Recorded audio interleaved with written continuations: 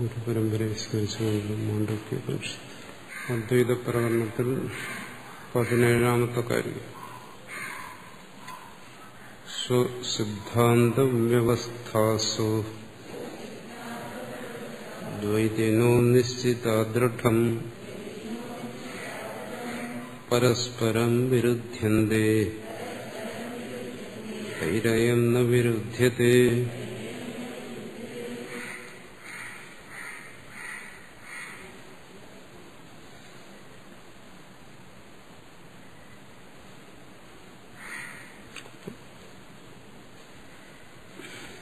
പറഞ്ഞു കപിലാദികളുടെ സിദ്ധാന്തത്തെ പിന്തുടരുന്നവർ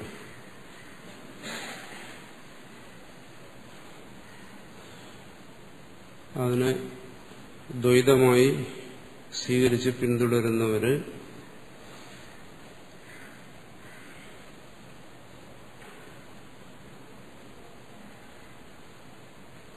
അവർക്കാണ് പരസ്പരം വൈരുദ്ധ്യമുള്ളത്. ദ്വൈത ദർശനങ്ങളിലാണ് പരസ്പരം വൈരുദ്ധ്യമുള്ളത്. അദ്വൈത ദർശനത്തിൽ സ്വയം വൈരുദ്ധ്യമില്ല, മറ്റാരോടും വൈരുദ്ധ്യമില്ല, മറ്റൊരു ദർശനവുമായിട്ടും അതിന് വൈരുദ്ധ്യമില്ല. അതാണ് ഇവിടെ പറഞ്ഞു വരുന്നത്. അദ്വൈതം സർവത്തെയും ഉൾക്കൊള്ളുന്നതാണ്, ഒന്നിനെയും നിരാകരിക്കുന്നതല്ല. അതാണ് ഈ ഭാഗത്ത് പറയുന്നത്. അദ്വൈതത്തിനെതിരാണ് താൻ പറയുന്നത്, അല്ലെങ്കിൽ തനിക്കെതിരാണ് അദ്വൈതം എന്ന് തോന്നുന്നത് ആ ദ്വൈത സിദ്ധാന്തങ്ങളിലുള്ള പരസ്പര വിരോധത്തെയാണ്. അദ്വൈതത്തിൽ ഒന്നിനോട് വിരോധമുള്ളതുകൊണ്ടല്ല. അതാണ് ഏവമേവ ഏഷ പരമാർത്ഥവും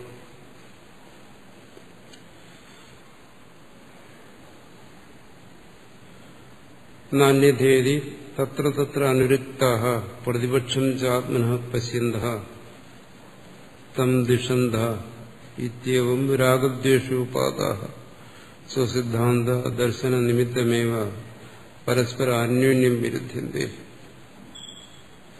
ഒരു സിദ്ധാന്തത്തോട് പക്ഷപാതം വിചാരിക്കുക. ഇവമേവ ഏഷ പരമാർത്ഥവും, ഞങ്ങൾ ചിന്തിക്കുന്നതാണ് പരമാർത്ഥം, അതിനപ്പുറം മറ്റൊന്നുമില്ല.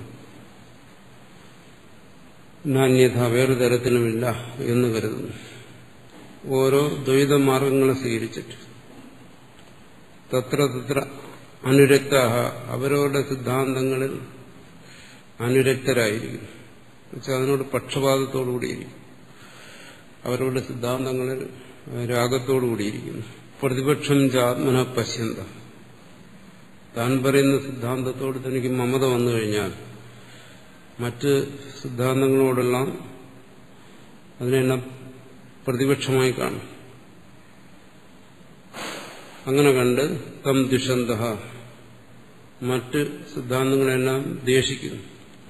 അങ്ങനെ ഒരാൾക്ക് ദ്വേഷിക്കണമെങ്കിൽ ഉള്ളിൽ ഇത്യവം രാഗദ്വേഷോപാദ, രാഗദ്വേഷങ്ങളോട് കൂടിയാലേ പറ്റൂ. അദ്വൈത ദർശിക്ക് എങ്ങനെയാണ് രാഗദ്വേഷങ്ങൾ വരുന്നത്? രാഗദ്വേഷങ്ങൾ ഉള്ളിലുണ്ടെങ്കിൽ അയാൾ അദ്വൈതിയല്ല. അതുകൊണ്ട് അദ്വൈതിക്ക് മറ്റ് ദ്വൈത ദർശനങ്ങളോട് വിദ്വേഷമില്ല. അത് തന്റെ ഉള്ളിൽ അതില്ലാത്തതുകൊണ്ട്. പക്ഷേ ദ്വൈതികൾ അങ്ങനെയല്ല. ദ്വൈതികൾ സ്വന്തം സിദ്ധാന്തത്തോട് പക്ഷപാതം ഉള്ളതുകൊണ്ട് മറ്റു സിദ്ധാന്തങ്ങളെ ദ്വേഷിക്കുന്നു. രാഗദ്വേഷങ്ങളുള്ളതുകൊണ്ടാണ്. സ്വസിദ്ധാന്ത ദർശന നിമിത്തമേവ പരസ്പരം അന്യോന്യം വിരുദ്ധ്യന്തേ. അതുകൊണ്ട് ഈ ദ്വൈത ചിന്താഗതിയുള്ളവർ അവരവരുടെ സിദ്ധാന്തത്തിനനുസരിച്ച് പരസ്പര അന്യോന്യം വിരോധിക്കുന്നു, രാഗദ്വേഷങ്ങൾ കൊണ്ട് വിരോധിക്കുന്നു. അദ്വൈതത്തിൽ രാഗദ്വേഷങ്ങൾക്കിടയില്ല. അതുകൊണ്ട് അദ്വൈത ദർശനം ഒന്നിനും എതിരല്ല. അത് മുമ്പ് നമ്മൾ ചർച്ച ചെയ്തിട്ടുള്ളതാണ്. നമ്മുടെ മനസ്സിൽ അങ്ങനെ തോന്നുന്നു, എന്താണ് സഗുണം വേറെയാണ്, നിർഗുണം വേറെയാണ്, സഗുണത്തിനെതിരാണ് നിർഗുണം. അതൊക്കെ പ്രാഥമികമായി അങ്ങനെ ചിന്തിക്കുമെങ്കിലും പരമാർത്ഥത്തിൽ അദ്വൈതം സർവത്തെയും ഉൾക്കൊള്ളുന്നതാണ്. അതുകൂടെ ഒരു ഉദാഹരണത്തിലൂടെ അത് വീണ്ടും വെളിപ്പെടും. തൈരന്യോന്യ വിരോധിഭിർ അസ്മതിയോ അയം വൈദിക സർവ അനന്യത്വ ആത്മീകത്വ ദർശനപക്ഷോന വിരുദ്ധ.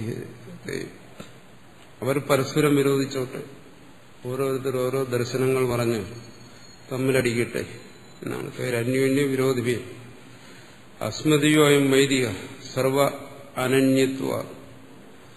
സർവത്തെയും കൂട്ടിച്ചേർക്കാവുന്നതാണ് ഈ വൈദികമായ അദ്വൈത ദർശനം. എന്തുകൊണ്ട്? ആത്മീകത്വ ദർശനം. നാനാത്വ ദർശനം വന്നാലേ പരസ്പര വിരോധം വരത്തുള്ളൂ. ഞാൻ വേറെ നീ വേറെ എന്ന് കരുതുന്നവനാണ് എന്തെങ്കിലും ആശയങ്ങൾ പറഞ്ഞുകൊണ്ട് അങ്ങോട്ടും ഇങ്ങോട്ടും മത്സരിക്കുന്നത്. ഇവിടെ എന്താണ്? സർവ അനന്യം, സർവത്തോടും അഭിന്നമായിരിക്കുന്നതാണ്. അങ്ങനെ ഒരു ദർശനമാണ് ഇവിടെ പറയുന്നത്. സർവത്തെ സ്വാംശീകരിക്കുന്നതാണ്, തന്നെ ഉൾക്കൊള്ളുന്നതാണ്. അതുകൊണ്ട് ഈ ഏകത്വ ദർശനപക്ഷം വിരുദ്ധ്യത. ഏകത്വ ദർശനപക്ഷത്തിന് ഏകത്വ ദർശനം എന്ന ആ പേരുകൊണ്ട് തന്നെ മനസ്സിലാക്കാൻ എന്താണ്? അത് ഏതെങ്കിലും ഒന്നിനോട് എതിർക്കുന്ന ഒന്നല്ല, ഏതെങ്കിലും ഒന്നിനോട് വിരോധിക്കുന്ന ഒന്നല്ല. യഥാ സ്വഹസ്തപാദാദിഭി, ശരീരവും ശരീരത്തിന്റെ അവയവങ്ങളും പോലെ. ശരീരത്തിന്റെ ഓരോ അവയവങ്ങളാൽ എടുത്താലോ, കൈ വേറെ കാല് വേറെ. അപ്പോ കൈകൊണ്ട് കാലുമേലൊന്ന് ചൊറിയാം, നുള്ളാം, തിരിച്ചൊന്ന് ചവിട്ടാം. ഇതൊക്കെ ഒരു ശരീരത്തിലുള്ള അവയവങ്ങൾക്ക് പരസ്പരം ചെയ്യാം. തലയും കാലും അവയവങ്ങളും ഒക്കെ വേറെ ആയതുകൊണ്ട്. അപ്പോൾ ദ്വൈത ദർശനങ്ങളുടെ നില ഇങ്ങനെയാണ്. അത് ചെവിയും കണ്ണും മൂക്കും കൈയും കാലും പോലെയാണ്. അപ്പോൾ ഇവയ്ക്ക് പരസ്പരം വേണമെങ്കിൽ അങ്ങോട്ടും ഇങ്ങോട്ടും കടിക്കുകയോ മാന്തുകയോ ഒക്കെ ചെയ്യാം. പക്ഷേ അദ്വൈതം ഏതുപോലെയാണ്? ശരീരം പോലെയാണ്. ശരീരം എന്ന് പറയുമ്പോൾ എന്താണോ? ഇതെല്ലാം കൂടി കൂടിച്ചേരുന്നതാണ്. ശരീരം, ഈ എല്ലാ അവയവങ്ങളും ശരീരത്തിന്റെ തന്നെ ഭാഗമാണ്. അതാണ് നേരത്തെ പറഞ്ഞത് സർവ അനന്വയം. എന്നൊന്നിനെ വേർപിരിക്കാൻ വയ്യ. അദ്വൈതം എന്ന് പറയുന്നതിന്റെ താല്പര്യം തന്നെ അതാണ്. എല്ലാത്തിനെയും ഉൾക്കൊണ്ടിരിക്കുന്ന ഈ ശരീരത്തിന് എങ്ങനെയാണ് ഇതിന്റെ അവയവങ്ങളോട് വിരോധം ഉണ്ടാകുന്നത്? ഒരവയവത്തിനോട് അതിന് വിരോധം വന്നു കഴിഞ്ഞാൽ പിന്നെ ശരീരമില്ല. ദ്വൈത ദർശനങ്ങൾ ശരീരത്തിന്റെ അവയവങ്ങളെപ്പോലെയും അദ്വൈത ദർശനം ഈ ശരീരം പോലെയാണ്. ശരീരം എങ്ങനെയാണോ അതിന്റെ അവയവങ്ങളെല്ലാം ഉൾക്കൊണ്ടിരിക്കുന്നത്, അതിനൊന്നിനോടും വിരോധമില്ലാത്തത്, അവിടെ ഏകത്വബോധമാണ്. ശരീരമെന്ന് നമ്മൾ ചിന്തിക്കുമ്പോൾ ഏകമാണ്. കൈകാലുകളെന്നോ മറ്റോ ശരീരഭാഗങ്ങളെക്കുറിച്ച് ചിന്തിക്കുമ്പോൾ അവിടെ നാനാത്വബോധമാണ് വരുന്നത്. നാനാത്വബോധം രാഗദ്വേഷങ്ങൾക്ക് കാരണമാണ്. അതുകൊണ്ട് പരസ്പരം രാഗദ്വേഷങ്ങളുണ്ടാകും. അതുകൊണ്ടാണ് ഇവിടെ ഭാഷ്യകാരൻ ഈ ഉദാഹരണം പറഞ്ഞത്. സർവ അനന്യമാണ്. അതുകൊണ്ട് അദ്വൈതത്തിന് എതിരായ ഒരു ദർശനമില്ല. അദ്വൈതത്തിന് ഒന്നിനും എതിർക്കാനും സാധ്യമല്ല. ഏകമായതുകൊണ്ട് തന്നെ അവിടെ രാഗദ്വേഷങ്ങൾക്ക് സ്ഥാനമില്ല. ആത്യന്തികമായ സിദ്ധാന്തമാണ് ഇവിടെ പറയുന്നത്. അപ്പോ അതിൽ നിന്ന് മനസ്സിലാക്കാവുന്നുള്ള ഒന്നെന്താണോ? അദ്വൈതം എന്ന് പറഞ്ഞാൽ ദ്വൈതത്തെ നിഷേധിക്കുന്ന ഒന്നല്ല, മറിച്ച് ദ്വൈതത്തെ കൂടെ ഉൾക്കൊള്ളുന്ന ഒന്നാണ്. അതെങ്ങനെ പരസ്പര വിരുദ്ധമായിരിക്കുന്ന രണ്ട് കാര്യങ്ങളെ ഉൾക്കൊള്ളാൻ പറ്റുമെന്ന് ചിന്തിക്കും. കാരണം നമ്മൾ പഠിച്ചിരിക്കുന്ന അദ്വൈതം എന്ന് പറയുന്നത് എന്താണ്? ബ്രഹ്മസത്യം, ജഗത് മിഥ്യ.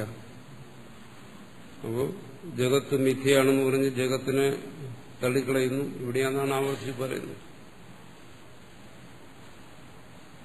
അപ്പൊ സത്യത്തിന് വിരുദ്ധമാണ് മിഥ്യ. അപ്പൊ ആ തരത്തിൽ ചിന്തിക്കുമ്പോൾ ദ്വൈത ദർശനങ്ങളെല്ലാം നിഷേധിക്കുന്നുണ്ടല്ലോ എന്ന് തോന്നും. അത് ആപാദപ്രതി എന്ന് പറയും. എന്നുവെച്ചാൽ ഒരു കാര്യത്തെക്കുറിച്ച് നമ്മൾ കൊണ്ടാകുന്ന സാമാന്യബോധം, സാമാന്യമായി അങ്ങനെ ചിന്തിക്കാം. പക്ഷെ അതിന്റെ മുഖ്യമായ സിദ്ധാന്തത്തിലേക്ക് വരുമ്പോൾ എന്താണോ? ദ്വൈതം അദ്വൈതത്തിൽ നിന്നും അന്യമല്ല. എന്നാണ് ഈ പറയുന്നതിന്റെ താല്പര്യം. അദ്വൈതത്തിൽ നിന്ന് അന്യമായൊരു ദ്വൈതമുണ്ടെങ്കിൽ പറയാം അദ്വൈതമേ ഇല്ലെന്ന്. കാരണം അദ്വൈതം അദ്വൈതത്തിൽ നിന്ന് ഭിന്നമായൊരു ദ്വൈതം. രണ്ടായാൽ പിന്നെ എങ്ങനെ അദ്വൈതം നിലനിൽക്കും? ദ്വൈതം അദ്വൈതത്തിൽ അനന്യമാണ്. അദ്വൈതത്തിൽ നിന്ന് അതിനെ വേർതിരിക്കാൻ വയ്യ. എന്നാലേ അദ്വൈതം എന്ന് പറയുന്നതിന് നിലനിൽപ്പുള്ളൂ.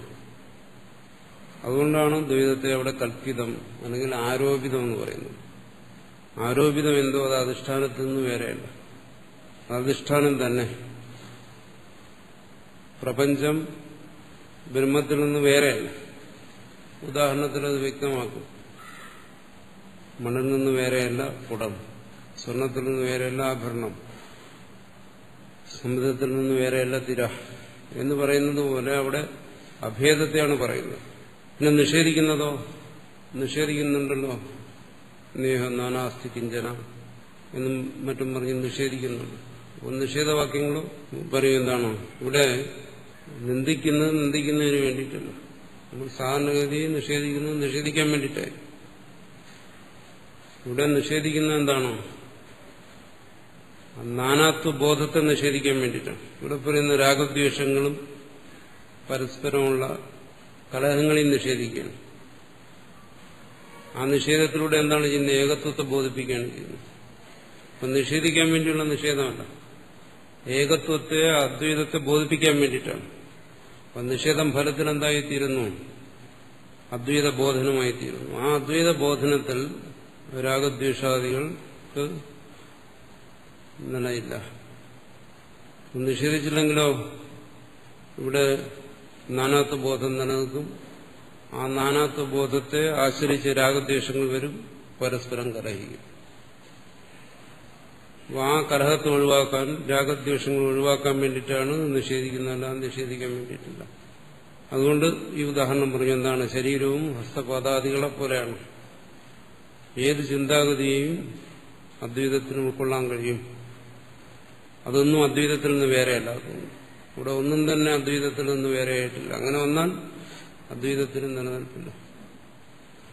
അങ്ങനെ വേറെ വരുന്നതെന്തോ അതിനാണ് ദ്വൈതം എന്ന് പറയുന്നത്. ഏവം രാഗദ്വേഷാദി ദോഷ അനാസ്പദത്വ ആത്മ ഏകത്വ ബുദ്ധിരേവ സമ്യക് ദർശനം. അതുകൊണ്ട് രാഗദ്വേഷാദി ദോഷ അനാസ്പദത്വ, രാഗദ്വേഷാദി ദോഷങ്ങൾക്കിവിടെ ഒരാശ്രയവുമില്ല അദ്വൈതത്തെ സംബന്ധിച്ച്. ശങ്കരാചാര്യരെ കുറിച്ച് സാധാരണ പറയും എന്താണ്? വാദപ്രതിവാദം നടത്തിയ ആളാണ്, മറ്റുള്ളവരൊക്കെ പരാജയപ്പെടുത്തിയ ആളാണ്, സർവജ്ഞ പീഠം കയറിയ ആളാണ് എന്ന് പറയുമ്പോൾ വാദപ്രതിവാദങ്ങൾ രാഗദ്വേഷപ്രേരിതമായി മറ്റുള്ളവരെ പരാജയപ്പെടുത്താനും തനിക്ക് ജയിക്കാനും വേണ്ടി വാദപ്രതിവാദം നടത്തിയ ആളെന്നാണ് നമ്മൾ ധരിച്ചിരിക്കുന്നത്. അതേ ആചാര്യസ്വാമികളാണ് ഇവിടെ പറയുന്നത് എന്താണോ ഇത് രാഗദ്വേഷാദി ദോഷങ്ങൾക്കാസ്പദമായ ഒന്നല്ല താൻ പറയുന്ന സിദ്ധാന്തം. അവിടെ രാഗദ്വേഷാദികളൊന്നുമില്ല. പിന്നെ താൻ പറയുന്നതോ അദ്വൈതത്തെ ബോധിപ്പിക്കാൻ വേണ്ടി പറയുകയാണ്. അദ്വൈതത്തെ ബോധിപ്പിക്കുമ്പോൾ അവിടെ നാനാത്വത്തെ നിഷേധിക്കേണ്ടി വരുന്നു.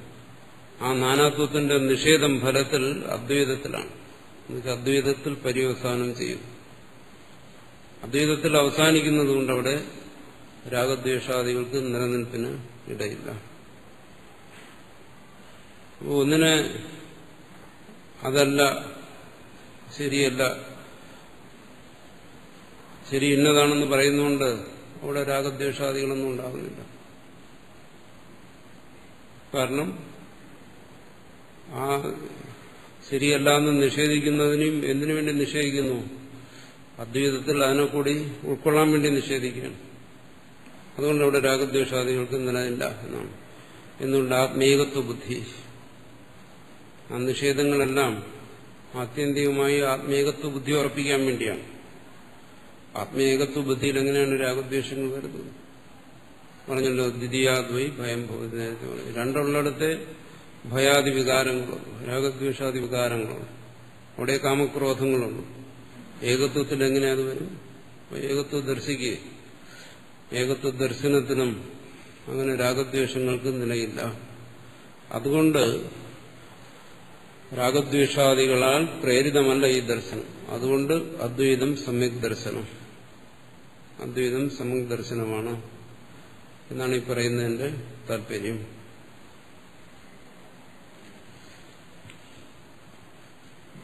സ്വസിദ്ധാന്തം വ്യവസ്ഥാസു ദ്വൈതിനോ നിശ്ചിതാദൃഢം പരസ്പരം വിരുദ്ധ്യന്തേ ദ്വൈതയം ന വിരുദ്ധ്യത്തെ അദ്വൈതം പരമാർത്ഥോ ഹി ദ്വൈതം തദ്ഭേദ ഉച്യത്തെ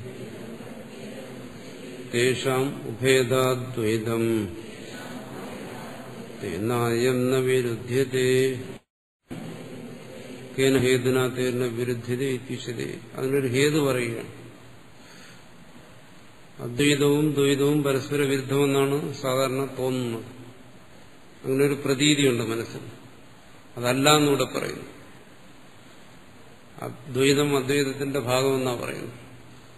എങ്ങനെ? അതിനെന്താ ഹേതു പറയുന്നു? അദ്വൈതം പരമാർത്ഥോ ഹി യസ്മാത് ദ്വൈതം നാനാത്വം തസ്യ അദ്വൈതസ്യ ഭേദഃ തദ്ഭേദ തസ്യ കാര്യം പറയും. അദ്വൈതം എന്ന് പറഞ്ഞാൽ എന്താണത്? പരമാർത്ഥമാണ്, സത്യമാണ്. ദ്വൈതമോ, അതായത് നാനാത്വം, അദ്വൈതത്തിന്റെ ഭേദമാണ്. ഭേദം എന്ന് പറഞ്ഞാൽ അദ്വൈതത്തിന്റെ തന്നെ ഭാഗമാണ്. ശരീരത്തിന്റെ ഭാഗമായിരിക്കുന്ന എങ്ങനെയാണോ അവയവങ്ങൾ, അതുപോലെ അത് അദ്വൈതത്തിന്റെ ഭാഗമാണ്. അതിന്റെ കാര്യമെന്ന് പറഞ്ഞു. കാര്യമെന്ന് പറഞ്ഞാൽ ഇങ്ങനെ ഏകമായിരിക്കുന്ന ആ പരമാർത്ഥ സത്യത്തിൽ പ്രകടമാകുന്നതാണ് ഈ ദ്വൈത ദൃശ്യങ്ങളെല്ലാം. വേറൊരു തരത്തിൽ പറഞ്ഞ് ഇനിയും പറയും. എന്താണോ ഇത്? ചിത്തസ്പന്ദനമാണ്. ദ്വൈതം എന്ന് പറയുന്നത് തുര്യന്റെ ചിത്തസ്പന്ദനമാണെന്ന് പറയും. തുര്യന്റെ ചിത്തസ്പന്ദനം തുര്യനിൽ നിന്ന് അന്യമല്ല. ചിത്തസ്പന്ദനമായതുകൊണ്ട് അതിനെ കാര്യമെന്ന് പറയുന്നു, അതിന്റെ ഭേദമെന്ന് പറയുന്നു. അത് അതിന്റെ സ്പന്ദനമായിരിക്കെ അതിനെങ്ങനെ അതിൽ നിന്ന് വേറിട്ട് നിൽക്കാൻ പറ്റും? തുര്യനിൽ നിന്ന് എങ്ങനെ വേറിട്ട് നിൽക്കാൻ പറ്റും? പരമാർത്ഥത്തിൽ നിന്ന് അതെങ്ങനെ അന്യമാകും? തദനന്യത്വ. അദ്വൈതത്തില് മുഖ്യമായ സിദ്ധാന്തമാണ് അനന്യത്വം. അന്യമാണെന്ന് ചിന്തിക്കാൻ നിവൃത്തിയില്ല, അന്യമായി നിലനിൽക്കുന്നില്ല. ഈ സർവപ്രപഞ്ച പ്രതിഭാസവും അതിന്റെ പരമകാരണമായ പരമാർത്ഥ സത്യത്തിൽ നിന്ന് അനന്യമാണ്. രജ്ജുവിലെ സർപ്പം എന്നൊക്കെ പറയുന്ന കേൾക്കുമ്പോൾ നമ്മുടെ മനസ്സിൽ രണ്ടുപേരും എന്താണ്? ഒരു രജ്ജുവും വേറൊരു സർപ്പവും. പക്ഷെ അത് പറയുന്ന എന്തിനു വേണ്ടിയിട്ടാണ്? ഒന്ന് വരാൻ വേണ്ടിയിട്ടാണ്, രണ്ട് വരാൻ വേണ്ടിയിട്ടല്ല. എന്തുകൊണ്ട്? സർപ്പം രജ്ജുവിൽ നിന്ന് അന്യമല്ല. പിന്നെ ദ്വൈത നിഷേധം എന്ന് പറയുന്നത് എന്താണ്? ആ ശ്രോതാവിന്റെ മനസ്സിൽ ഇരിക്കുന്ന ദ്വൈതബോധം, അത് ദൃഢമാണ്. അവന്റെ മനസ്സിൽ അന്യമായി ചിന്തിക്കാൻ കഴിയുന്നുള്ളൂ. തന്നിൽ നിന്ന് അന്യമായി മാത്രമേ ഈ പ്രപഞ്ചത്തെയും ഇവിടെ പറയുന്ന ഈ ഭാഗങ്ങളെയും ചിന്തിക്കാൻ കഴിയുന്നുള്ളൂ. അപ്പോൾ അതിനെ അദ്വൈതമാക്കാൻ വേണ്ടിയിട്ടാണ് ആ ദ്വൈതഭാവത്തെ നിഷേധിക്കുന്നത്. ഭേദത്തെ നിഷേധിക്കുകയാണ് ചെയ്യുന്നത്. അതാണ് അടുത്ത് പറയുന്നത് ഏകമേവ അദ്വിതീയം. ഇവിടുത്തെ പരമാർത്ഥമായ സിദ്ധാന്തം അതാണ്, ഏകമേവ അദ്വിതീയം. അവിടെ പിന്നെ എവിടെ രാഗദ്വേഷങ്ങൾക്ക് സ്ഥാനം എന്നാണ് ചോദിക്കുന്നത്. തേജോ അസൃജത, അത് ആ പരമാർത്ഥ സത്യം, അതിൽ നിന്നാണ് സൃഷ്ടി. സൃഷ്ടി എങ്ങനെ അതിൽ നിന്ന് അന്യമാകും? ഉപപത്തേഷ്ട. ഇത് ശ്രുതി പറയുന്ന യുക്തി അനുസരിച്ചും ചിന്തിക്കാം. എന്താണ്? സ്വചിത്തസ്പന്ദനാഭാവേ സമാധോ മൂർച്ഛായാം സുഷുപ്തോ ച അഭാവാത്. മുമ്പ് പറഞ്ഞല്ലോ, ഇത് തുര്യന്റെ ചിത്തസ്പന്ദനമാണ്. ആ ചിത്തസ്പന്ദനത്തിൽ പ്രപഞ്ചം ഉണ്ടാകുന്നു, ആ പ്രപഞ്ചം പ്രതീതമാകുന്നു. തുര്യന്റെ ചിത്തസ്പന്ദനത്തിൽ ജീവൻ ഉൾപ്പെടെയുള്ള പ്രപഞ്ചഭാവങ്ങൾ പ്രകടമാകുന്നു. അതിന്റെ ഭാഗമായിരിക്കുന്ന ജീവൻ തന്റെ തന്നെ ഭാഗമായിരിക്കുന്ന പ്രപഞ്ചത്തെ അറിയുന്നു. ഇതാണ് ദ്വൈതം എന്ന് പറയുന്നത്. എവിടെയാണോ സ്പന്ദനമില്ലാത്തത് അവിടെ ഈ പ്രപഞ്ചമില്ല, പ്രപഞ്ചാനുഭവമില്ല. എവിടെയൊക്കെയാണ് സമാധി ചിത്തസ്പന്ദനമില്ല. ചിത്തസ്പന്ദനത്തെയും നിരോധിച്ചിരിക്കുന്ന നിർവികൽപ്പ സമാധിയിൽ അവിടെ ഇല്ലല്ലോ പ്രപഞ്ചം. ആ പ്രപഞ്ചത്തിന്റെ ഇല്ലായ്മയെ സംബന്ധിച്ച് സമാധിയും മൂർച്ഛയും തമ്മിൽ വ്യത്യാസമൊന്നുമില്ല. മൂർച്ഛ എന്ന് പറഞ്ഞാൽ ബോധം കെട്ടുപോകുക. ആരെങ്കിലും തലക്കിട്ടൊരടി തന്നു കഴിഞ്ഞാൽ ബോധം കെട്ടുപോകും. അല്ലെങ്കിൽ ഓപ്പറേഷൻ തിയേറ്ററിൽ ബോധം കെടുത്തുന്ന ആയാലും മതി. അത് സമാധിയും തമ്മിൽ വ്യത്യാസമൊന്നുമില്ല. അത് പ്രപഞ്ച സ്പന്ദന അഭാവത്തിൽ വ്യത്യാസമൊന്നുമില്ല. അതുകൊണ്ട് പറയുന്നു സമാധിയിൽ മൂർച്ഛയിൽ ബോധം കെടുന്ന സമയത്ത് എന്താണ്? ചിത്തസ്പന്ദനമില്ല, പ്രപഞ്ചമില്ല. പിന്നെ സുഷുപ്തിയിലോ പ്രാജ്ഞനായി സ്ഥിതി ചെയ്യുമ്പോൾ അവിടെയും പ്രപഞ്ചഭാനമില്ല. ഇവിടെയെല്ലാം അദ്വൈതമാണ്. ആ ജീവനെ സംബന്ധിച്ചിടത്തോളം ഇവിടെ അദ്വൈതമാണ്, അദ്വൈതസ്ഥിതിയാണ്, പരമാർത്ഥസ്ഥിതിയാണ്. ഇവിടെ പ്രപഞ്ചഭാനമില്ലെങ്കിൽ പരമാർത്ഥം തന്നെ. അത് സമാധിയായാലും ശരി, മൂർച്ചയായാലും ശരി, സുഷുപ്തിയായാലും ശരി. ഭാഷ്യകാരൻ നിരവധി സ്ഥലത്ത് ഇതിനെ മൂന്നിനെയും ഒരേപോലെ പറയും. എന്ന് പറഞ്ഞാൽ എന്റെ അടുത്ത് സമാധിയിൽ സുഷുപ്തിയും മൂർച്ചയും തമ്മിൽ വ്യത്യാസമില്ല എന്നുള്ളതല്ല. മൂന്നവസ്ഥയാണ്. പക്ഷെ ഇവിടെ പറയുന്നത് എന്താണ്? ചിത്തസ്പന്ദന അഭാവം എന്നുള്ള നിലയ്ക്ക് മൂന്നും ഒരുപോലെയാണ്. സമാധി എന്ന് പറയുന്ന അഭ്യാസം കൊണ്ട് നേടിയെടുക്കുന്നതാണ്. സുഷുപ്തി എന്ന് പറയുന്നത് സ്വാഭാവികമായി സംഭവിച്ചുകൊണ്ടിരിക്കുന്നതാണ്. മൂർച്ഛ എന്ന് പറയുന്നത് പ്രത്യേകം എന്തെങ്കിലും ഹേതു കൊണ്ട് സംഭവിക്കുന്നതാണ്. ആ തരത്തിൽ മൂന്നിനും വ്യത്യാസമുണ്ട്. പക്ഷേ ചിത്തസ്പന്ദനാഭാവം ഈ മൂന്ന് സ്ഥലത്തും ഒരുപോലെ ഇരിക്കുന്നു. പ്രപഞ്ചാഭാവം ഈ മൂന്ന് സ്ഥലത്തിലും ഒരുപോലെ ഇരിക്കുന്നു. അതുകൊണ്ട് ഏകമേവ അദ്വിതീയം എന്ന് പറയുന്നത് ഒരു ദൃഷ്ടാന്തമാണ്. ഉദാഹരണമായിട്ട് ഈ മൂന്നിനെ എടുത്ത് കാണിക്കാം. അവിടെ പ്രപഞ്ചം അനുഭവപ്പെടുന്നില്ല. അതഹ തദ്ഭേദവുച്യതേ ദ്വൈതം. അത് കഴിഞ്ഞ് ജാഗ്രതത്തിലേക്ക് വരുമ്പോൾ, സ്വപ്നത്തിലേക്ക് വരുമ്പോൾ അവിടെ പ്രപഞ്ച പ്രതീതി ഉണ്ടാകും. ആ പ്രപഞ്ച പ്രതീതി അത് ആ സുഷുപ്തന്റെ പ്രാജ്ഞനിൽ നിന്നോ ആ സമാധിസ്ഥനായ ജീവനിൽ നിന്നോ അതന്യമല്ല.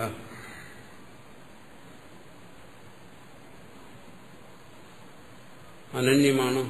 അതുകൊണ്ട് ഇവിടെ അദ്വൈതം പരമാർത്ഥമാണ്. അദ്വൈതത്തിന്റെ ഭേദമാണ് ദ്വൈതം. എന്നുവെച്ചാൽ അതിന്റെ തന്നെ ഒരു ഭാഗമാണ്. അദ്വൈതത്തിന് സ്വീകരിക്കാവുന്നുള്ള ഒന്നാണ്, അദ്വൈതത്തിന് ഉൾക്കൊള്ളാവുന്നുള്ള ഒന്നാണ്. ഇത് രണ്ടും പരസ്പരം വാളെടുത്ത് യുദ്ധം ചെയ്യാൻ നിൽക്കുന്ന രണ്ട് യോദ്ധാക്കളെ പോലെ അല്ല എന്നാണ് പറയുന്നത്. ഒന്നും മറ്റൊന്നിൽ അന്തർഭവിച്ചു പോകും. അദ്വൈതത്തിൽ ദ്വൈതം അന്തർഭവിച്ചു പോകുന്നു. അതിനൊരു ദൃഷ്ടാന്തം പറഞ്ഞതാണ് ഇവിടെ പറഞ്ഞ സുഷുപ്തി മൂർച്ഛാദികളുടെ. ആ ദൃഷ്ടാന്തം എന്തുകൊണ്ട് പറഞ്ഞു? നമ്മുടെ എല്ലാം അനുഭവത്തിൽ നിന്നുകൊണ്ട് ആർക്കും ചിന്തിക്കാവുന്ന ഒന്നുള്ളതാണ് സുഷുപ്തിയും മൂർച്ഛയും. സമാധി യോഗികൾക്ക് അനുഭവപ്പെടുന്നതാണ്. അവിടെയെല്ലാം എന്താണ്? ഈ കാര്യം നിലനിൽക്കുന്നില്ല, ചിത്തസ്പന്ദനമില്ല. ദ്വൈതനാം തേഷാം പരമാർത്ഥത അപരമാർത്ഥതശ്ച ഉപേധാവിദ്വൈതമേവ.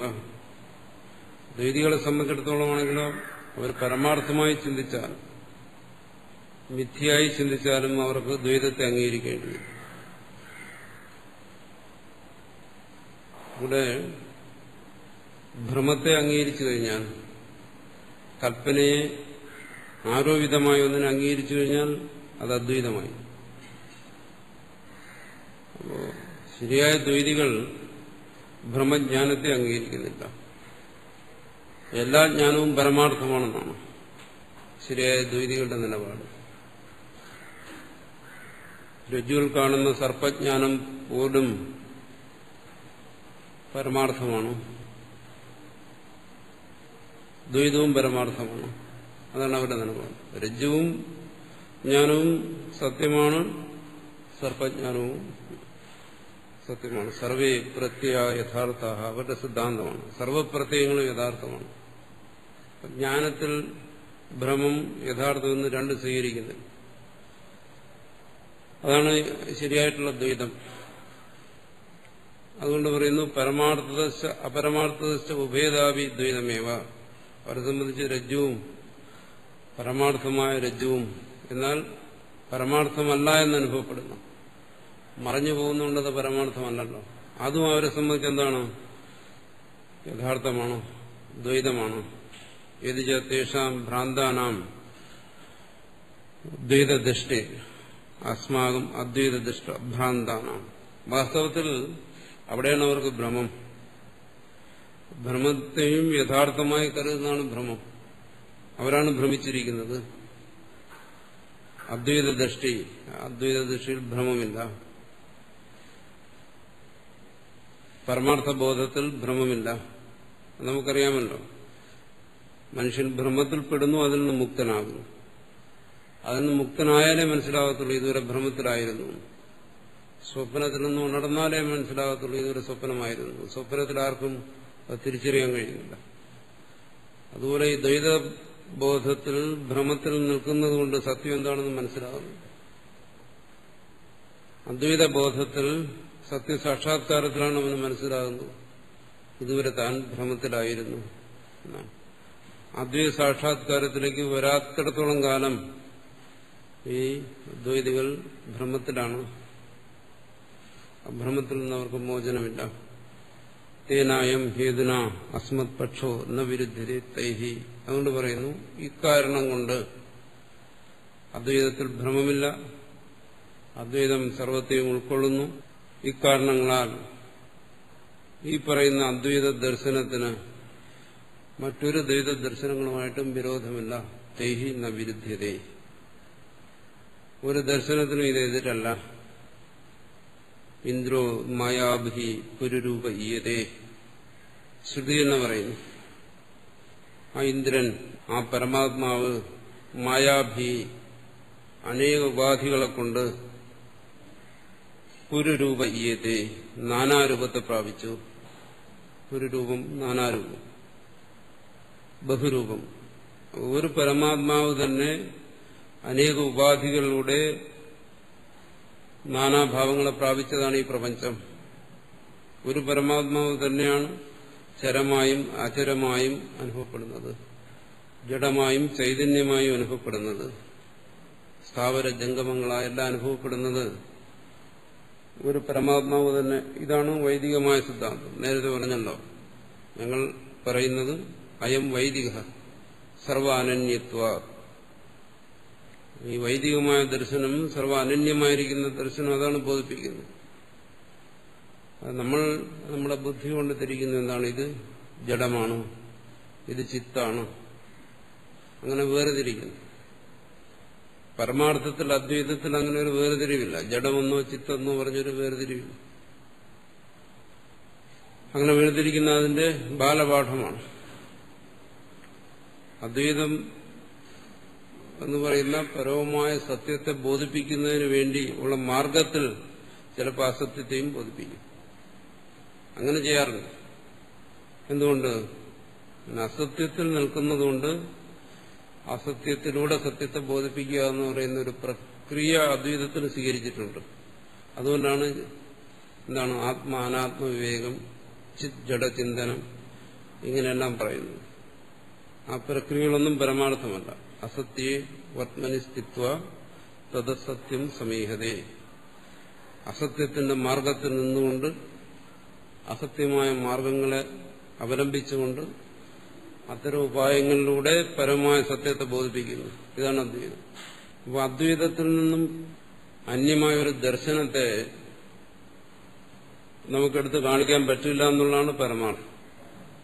അങ്ങനെ അന്യദർശനങ്ങൾ എടുത്ത് കാണിക്കുന്നുകൊണ്ടാണ് ഇവിടെ പറയുന്നത് അത് ശരിയല്ല. പരമാർത്ഥത്തിൽ അങ്ങനെയല്ല. പരമാർത്ഥത്തിൽ അദ്വൈതത്തിൽ നിന്ന് അന്യമായൊരു ദ്വൈത ദർശനത്തെ നിങ്ങൾക്കെടുത്ത് കാണിക്കാനൊക്കത്തില്ല. എന്തുകൊണ്ട്? ദ്വൈതത്തെ ഉൾക്കൊള്ളുന്നതാണ് അദ്വൈതം. അതാണ് ഇവിടെ പറഞ്ഞു വരുന്നത്. അങ്ങനെയാണെങ്കിൽ അദ്വൈത ദർശനത്തിൽ നിന്നും ഭിന്നമായൊരു ദ്വൈത ദർശനത്തെ ആർക്കും ചൂണ്ടിക്കാണിക്കാൻ പറ്റത്തില്ല. അതാണ് അദ്വൈതം. അതിന് പ്രമാണമായിട്ടാണല്ലോ പറഞ്ഞത്, ഒരു ദേവൻ തന്നെ പല രൂപത്തെ പ്രാപിച്ചിരിക്കുന്നു. ഒരു ദേവൻ തന്നെയാണ് പല രൂപത്തെ പ്രാപിച്ചിരിക്കുകയാണെങ്കിൽ ആ എല്ലാ രൂപങ്ങളും ആ ദേവനിൽ നിന്ന് അനന്യമാണ്. അനന്യമാണെങ്കിൽ ഇവിടെ എങ്ങനെ ചിത്തെന്നും ജഡമെന്നും വേർതിരിക്കാൻ പറ്റും? സത്തെന്നും അസത്തെന്നും വേർതിരിക്കാൻ കഴിയില്ല. ശൂന്യമെന്നും സത്തെന്നും വേർതിരിക്കാൻ കഴിയില്ല. പക്ഷെ ഇത്തരം വേർതിരിവുകളൊക്കെ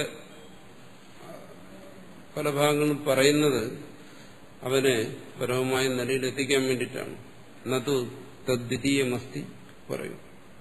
നിങ്ങൾ മറ്റൊരു ദർശനത്തെ എടുത്ത് കാണിക്കാനോ മറ്റൊരു ചിന്താഗതി എടുത്ത് കാണിക്കാനോ ഇവിടെ ദ്വിതീയമായൊന്നും വേണ്ടേ? അദ്വൈതമാണെങ്കിൽ രണ്ടാമതൊന്നിനെ എങ്ങനെ പറയും? അതുകൊണ്ടാണ് സർവദർശന സമന്വയം എന്ന് പറഞ്ഞ അദ്വൈതത്തിൽ ഒരു പ്രക്രിയയുണ്ട്. അവിടെ പറയുന്നു എന്താണ് ദ്വൈതം, വിശിഷ്ടാദ്വൈതം, ഇങ്ങനെയെല്ലാം പേരുകളിൽ പറയുന്ന ഇതെല്ലാം കൂടി ചേരുന്നതിനാണ് അദ്വൈതം എന്ന് പറയുന്നത്. ഇതെല്ലാം കൂടി ചേരുമ്പോഴേ അദ്വൈതം പൂർണ്ണമാകത്തുള്ളൂ. എന്തുകൊണ്ട്? അദ്വൈതം എന്ന് പറയുന്ന ആ പരമാർത്ഥത്തിൽ കൽപ്പിതമാണ് ഇതെല്ലാം. ദർശനങ്ങളെന്ന് പറയുന്നത് എന്താണ്? വാസ്തവത്തിൽ കേവലം മനോവൃത്തികളാണ്, ആശയങ്ങളാണ്. ആശയങ്ങളെന്ന് പറയുന്നത് മനോവൃത്തികളാണ്. ഈ മനോവൃത്തികളെല്ലാം എവിടെ നിൽക്കുന്നു? നേരത്തെ പറഞ്ഞു സ്വചിത്തസ്പന്ദനം, തുര്യന്റെ ചിത്തസ്പന്ദനങ്ങളാണ്. ആ ചിത്തസ്പന്ദനങ്ങളും തുര്യനുമായി എങ്ങനെ സ്ഥിതി ചെയ്യുന്നു? തുര്യനോട് അഭിന്നമായി അഭേദ്യമായി സ്ഥിതി ചെയ്യുന്നു, തുര്യനുമായി താതാത്മ്യത്തിൽ സ്ഥിതി ചെയ്യുന്നു. അങ്ങനെ സ്ഥിതി എങ്ങനെ ഇവിടെ നാനാത്വ ദർശനങ്ങൾ വരും? ദ്വൈത ദർശനം എന്ന് പറയുന്നതിന് എങ്ങനെ സ്വതന്ത്രമായി നിലനിൽക്കാൻ പറ്റും? അദ്വൈത ദർശനം എന്ന് പറയുന്നത് പോലും എന്താണ്? കേവലം ചിത്തസ്പന്ദനമാണ്, തുര്യന്റെ മനോവ്യാപാരമാണത്. മനോവ്യാപാരം എന്നുള്ള നിലയ്ക്ക് അവിടെ അദ്വൈതം പറഞ്ഞാലും ദ്വൈതം പറഞ്ഞാലും വിശിഷ്ടാദ്വൈതം പറഞ്ഞാലും എല്ലാം മനോവ്യാപാരങ്ങളാണ്. അത് ആ തുര്യനിൽ നിന്ന് അന്യമാകത്തില്ല. അങ്ങനെ ഒരു പരമാർത്ഥത്തെയാണ് ഇവിടെ ബോധിപ്പിക്കുന്നത്. അതുകൊണ്ട് നതു തദ്വിതീയമസ്തി, ആ അദ്വൈതത്തിൽ നിന്ന് ദ്വിതീയമായി രണ്ടാമത്തേതായി ഒന്നിനെ നിൽക്കെടുത്ത് കാണിക്കാൻ പറ്റത്തില്ല. അപ്പോൾ ഇവിടെ എങ്ങനെ നാനാ ദർശനങ്ങൾ വരും എന്ന് പറയുമ്പോൾ അദ്വൈതത്തെ നമ്മൾ പരമമായി മനസ്സിലാക്കേണ്ട ആ രീതിയിലാണ്. അല്ലാതെ അദ്വൈതം എന്ന് പറയുന്നത് ഒരു പ്രത്യേക ഒരു സാധനമാണ്, ഒരു പ്രത്യേക ഒരു ദർശനമാണ്, അതിന് പ്രത്യേക കൊമ്പും വാലും തലയും ഒക്കെ ഉണ്ട്. ശങ്കരാചാര്യർ പറയുന്ന അദ്വൈതം അതാണ്, ഞാൻ പറയുന്ന അദ്വൈതം ഇതാണ്, വേറൊരാൾ പറയുന്ന അദ്വൈതം ഇതാണ്. ഇങ്ങനെയൊക്കെ പറയുന്നത് വെറും ബാലിശമായ ചിന്താഗതികളാണ്. അദ്വൈതത്തിന്റെ പരമമായ നിലയാണ് ഇവിടെ വെളിപ്പെടുത്തുന്നത്. അങ്ങനെ പല അദ്വൈതങ്ങളില്ല, പല ദ്വൈതങ്ങളെ ഇല്ലെന്നാണ് ഇവിടെ പറയുന്നത്. ഇന്നെങ്ങനെ പല അദ്വൈതം വരും? അങ്ങനെ ഒന്നില്ല. യഥാ അത് ഏതുപോലെ ഒരാൾ പറയാണ്,